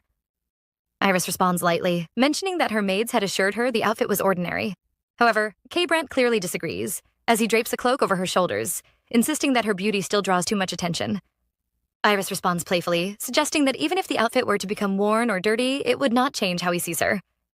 Taking her hand, K. Brandt leads her forward, remarking that he has no choice but to walk proudly beside such a remarkable wife. As they enter the city, Iris's curiosity awakens. She looks around with wide-eyed wonder, taking in sights she has never truly experienced before. In her previous life, she had always traveled by carriage, never walking freely among the people. Now she finds joy in the lively streets, where children run freely and merchants call out to passersby, showcasing their goods. The atmosphere feels vibrant and alive, almost magical in her eyes. K. Brandt watches her reaction carefully, feeling a sense of satisfaction. In truth, much of this outing has been carefully planned with guidance from James. Having grown tired of declining countless gift proposals meant for Iris, James had instead provided a detailed list of popular places and activities suited for a proper outing. He had even emphasized the importance of sincere compliments, assuring K. Brandt that such gestures would bring Iris happiness. Their walk eventually leads them to a quieter district, where the noise of the city fades into a more refined calm. Iris notices the change immediately, commenting on how peaceful the area feels. K. Brandt explains that this part of the city is known for its high-end shops, often visited by nobles and wealthy patrons. He guides her into one such establishment, mentioning that it has recently become popular, especially among women.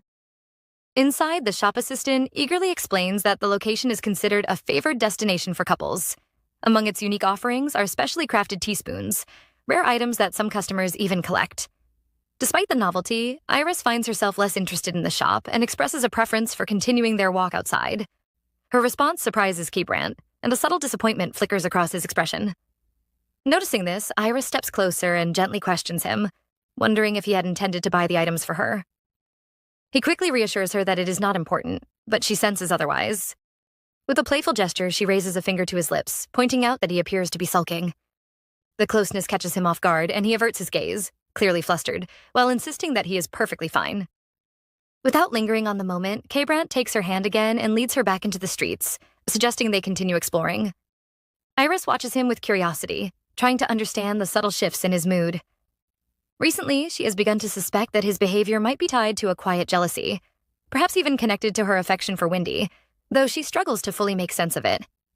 As they return to a more crowded part of the city, K. Brandt suggests that she look for something she might like. Iris eagerly moves through the stalls, her excitement returning as she points out various items. Eventually, her attention is drawn to a display of combs. She leans in for a closer look, examining them carefully. K. Brandt, observing from behind, assumes that her interest must be related to Wendy. He tells himself that as long as she's happy, it does not matter. However, his thoughts are interrupted when Iris turns to him and asks him to hold out his hand. Confused but compliant, he does so. She gently runs the comb across his palm, asking if he likes the sensation. Still under the impression that the item is meant for the unicorn, he responds accordingly, suggesting that she would know better what Wendy prefers. Iris, however, surprises him with her reply. She explains that the comb is not for Wendy at all, but is something she chose specifically for him. The words catch him completely off guard. For a moment, he is unable to respond. Iris continues, her smile sincere, expressing that he is always the most important person to her. The simplicity and honesty of her statement leave him visibly shaken. Flustered, K. Brandt abruptly turns away and begins walking, telling her to follow without looking back.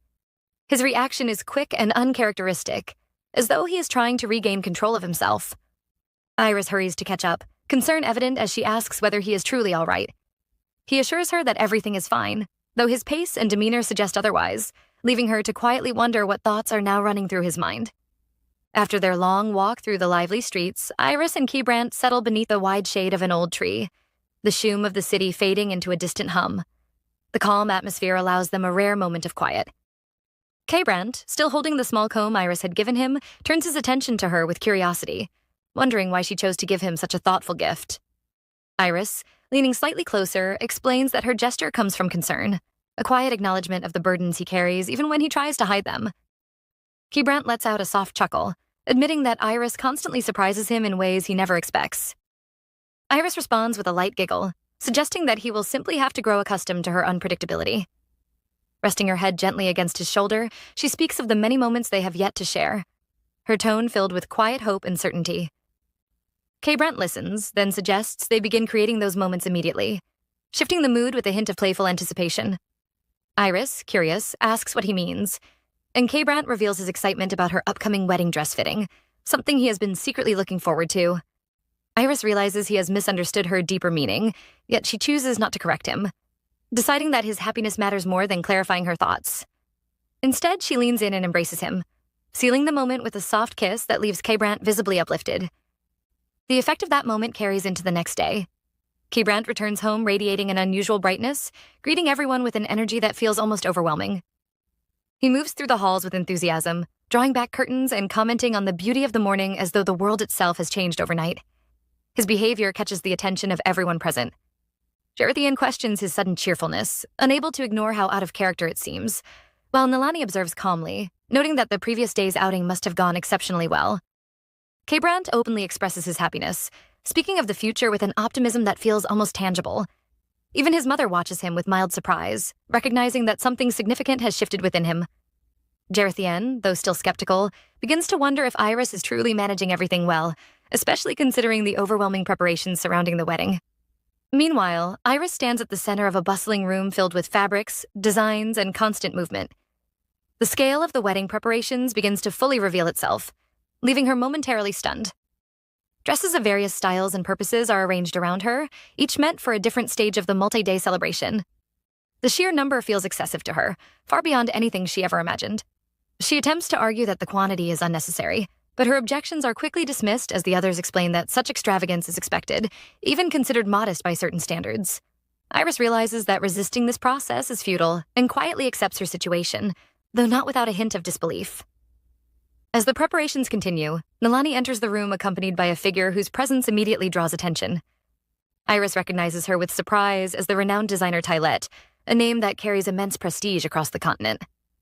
Tylette's reputation alone is enough to command admiration, known for creating gowns that transform their wearers into the center of any gathering.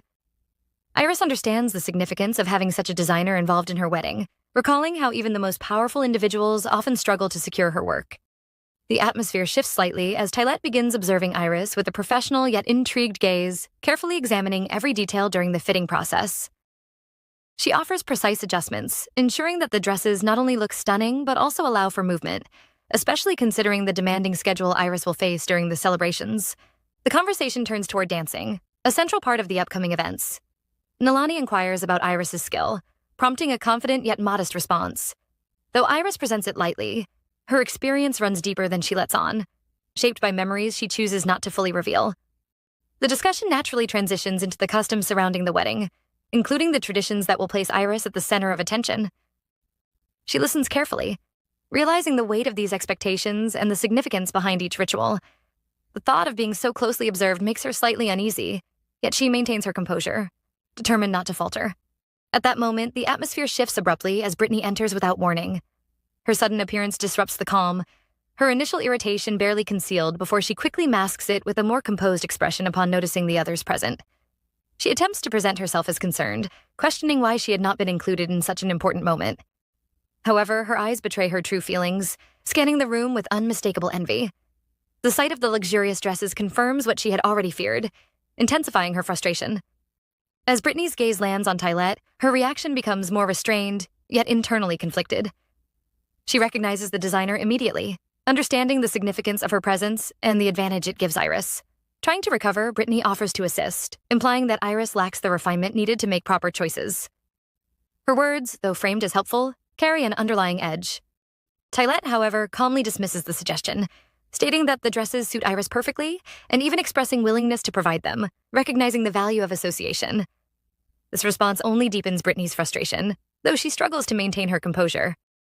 Attempting another approach, Brittany subtly shifts the conversation toward expense, questioning why such lavish preparations are not being handled by their own family. She expects resistance, believing this will paint Iris in a negative light. Instead, Iris responds with calm agreement, turning the suggestion back on Brittany in a way that completely alters the situation. She expresses that it would indeed be wonderful if their family took responsibility, framing it as a thoughtful and reasonable idea. The room falls into an awkward silence as the implications settle in. Brittany finds herself momentarily speechless, caught off guard by the unexpected response. Her attempt to undermine Iris has instead placed her own family in a difficult position, exposing limitations she had not intended to reveal. The tension lingers as she struggles to regain control, realizing too late that her words have worked against her. Iris, meanwhile, remains composed, her calm demeanor contrasting sharply with Brittany's internal turmoil, quietly maintaining her advantage without the need for further confrontation. Brittany stands frozen, unable to believe that Iris does not retreat or soften her stance by claiming everything was merely a joke. Instead, Iris remains calm and composed, which only deepens Brittany's frustration. In her mind, Iris should feel embarrassed, yet there is no sign of shame, no hesitation, no attempt to undo what has already been set in motion. Desperation begins to creep in as Brittany searches for a way to regain control of the situation. She quickly raises the concern that having the Whittle family cover the wedding expenses instead of the groom's family could spark gossip and damage reputations. However, Iris responds with steady confidence, pointing out that since the suggestion originally comes from Brittany herself, there should be nothing to worry about. She further adds that no one would dare spread rumors about the Green family, subtly reinforcing the imbalance of influence between the two households. With a gentle yet deliberate smile, Iris questions whether the Whittle family would truly struggle to spend money on their own daughter, especially considering how often Brittany claims their affection and devotion. At that moment, realization strikes Brittany. She understands too late that she has been skillfully cornered, her own words turned against her. The situation slips entirely out of her control, and despite her resistance, she is forced to accept that the Whittle family will now bear the burden of the wedding expenses. The consequences unfold swiftly. When the Duke of Whittle learns of this arrangement, his anger erupts without restraint. He reprimands Brittany harshly, unable to comprehend how she allowed herself to be drawn into such a disadvantageous position. Brittany attempts to defend herself, insisting she never intended for things to escalate this way, but her explanations do little to calm him. The Duke argues that she should have corrected the situation immediately, especially in the presence of Jarethian, emphasizing that it is highly improper for the bride's family to shoulder such an extravagant cost. In his view, the Green family, known for their refinement and status, would never willingly accept such an arrangement if it threatened their reputation. Brittany tries to shift the argument toward preserving the Whittle family's honor, but the Duke cuts her off, declaring that he will personally confront Kbrand and resolve the matter. Despite her attempts to stop him, he refuses to back down, convinced that allowing this situation to stand would be both unreasonable and humiliating. Without delay, the Duke makes his way to Kybrandt's office, his anger barely contained. Upon arrival, he is met with unexpected politeness. Kybrandt greets him calmly, even expressing what appears to be gratitude, which only fuels the Duke's irritation further. The Duke dismisses this notion immediately, arguing that there is nothing to be thankful for, and that Kybrandt, as a rational and capable man, should have discouraged such a proposal regardless of its origin. Kybrandt, however, responds with quiet clarity, explaining that there has been a misunderstanding. He reveals that the suggestion did not come from Iris, but from Brittany herself, who personally approached Iris with the idea that the Whittle family should handle the expenses, including the dresses and overall arrangements. Kay Brandt presents this as an act of sisterly concern, implying that Brittany simply wished to contribute to her sister's happiness. The Duke is momentarily speechless, caught off guard by this explanation. When he regains his composure, he attempts to reframe the situation, questioning whether Kay Brandt is taking advantage of his daughter's inexperience. Kay Brandt responds with subtle precision, asking which daughter the Duke is referring to, a question that forces the Duke to clarify that he means Brittany. The Duke insists that regardless of how the idea originated, allowing the arrangement to proceed would invite gossip and damage both families, suggesting they simply pretend the conversation never occurred. At this point, Kay Brandt's demeanor shifts. His calm expression hardens into something far colder, and he makes it clear that the consequences would fall not on the Green family, but on the Whittles. He explains that Brittany has already made a public commitment, and failing to honor it would reflect poorly on their integrity. Furthermore, he emphasizes that an alliance with the Green family is a privilege, and it is only natural for the Whittles to demonstrate their support through financial contribution. His reasoning leaves little room for argument, placing the Duke in an increasingly difficult position. As the weight of the situation settles in, the Duke begins to see the reality he cannot escape. Much of the family's wealth has already been invested elsewhere, particularly in efforts to secure Brittany's future through a favorable marriage. Covering the cost of Iris's wedding would place an immense strain on their resources, potentially forcing them into debt. Yet refusing would damage their reputation beyond repair, risking everything they have worked toward. With no viable alternative, the Duke finds himself cornered, forced to accept a burden he cannot easily bear. Kay Brandt, maintaining his composure, produces detailed documents outlining the extensive costs involved, from attire to arrangements, presenting them as a formal acknowledgement of the Duke's contribution. With that, he takes his leave, leaving the Duke alone with the consequences of his daughter's miscalculation.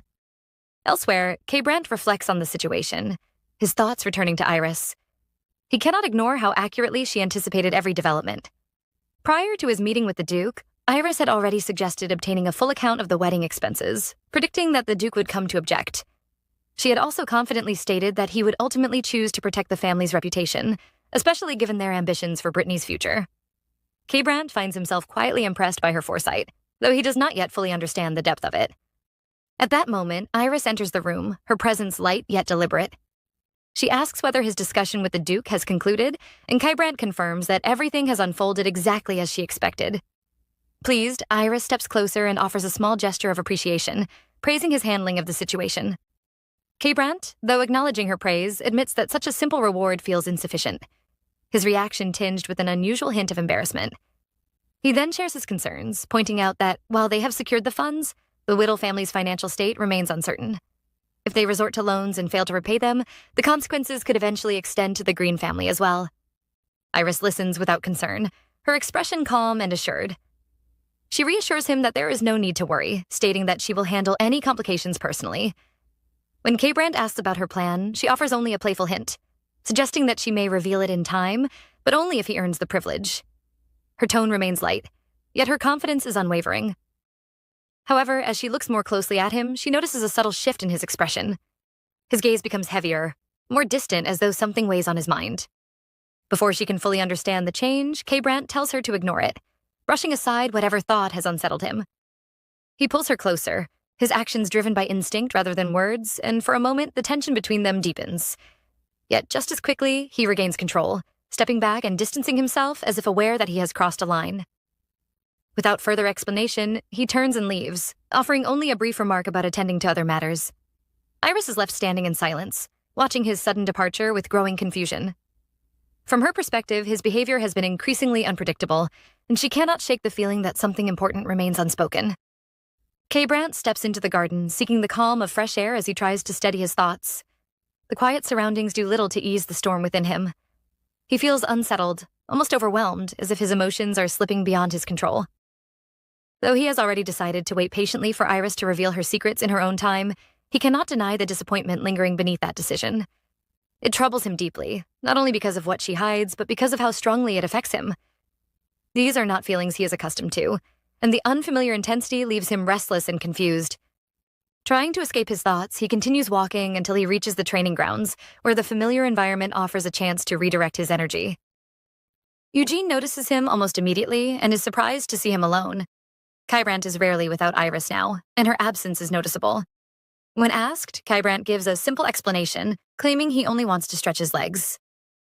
Sensing his mood, Eugene quickly orders the others to clear the area, leaving Kybrandt with the space he clearly needs. Alone, Kybrandt picks up a sword and stands still for a moment, staring at the training equipment as if trying to gather his thoughts. However, the silence only amplifies his inner conflict. He realizes that his turmoil is not solely about Iris's hidden truths.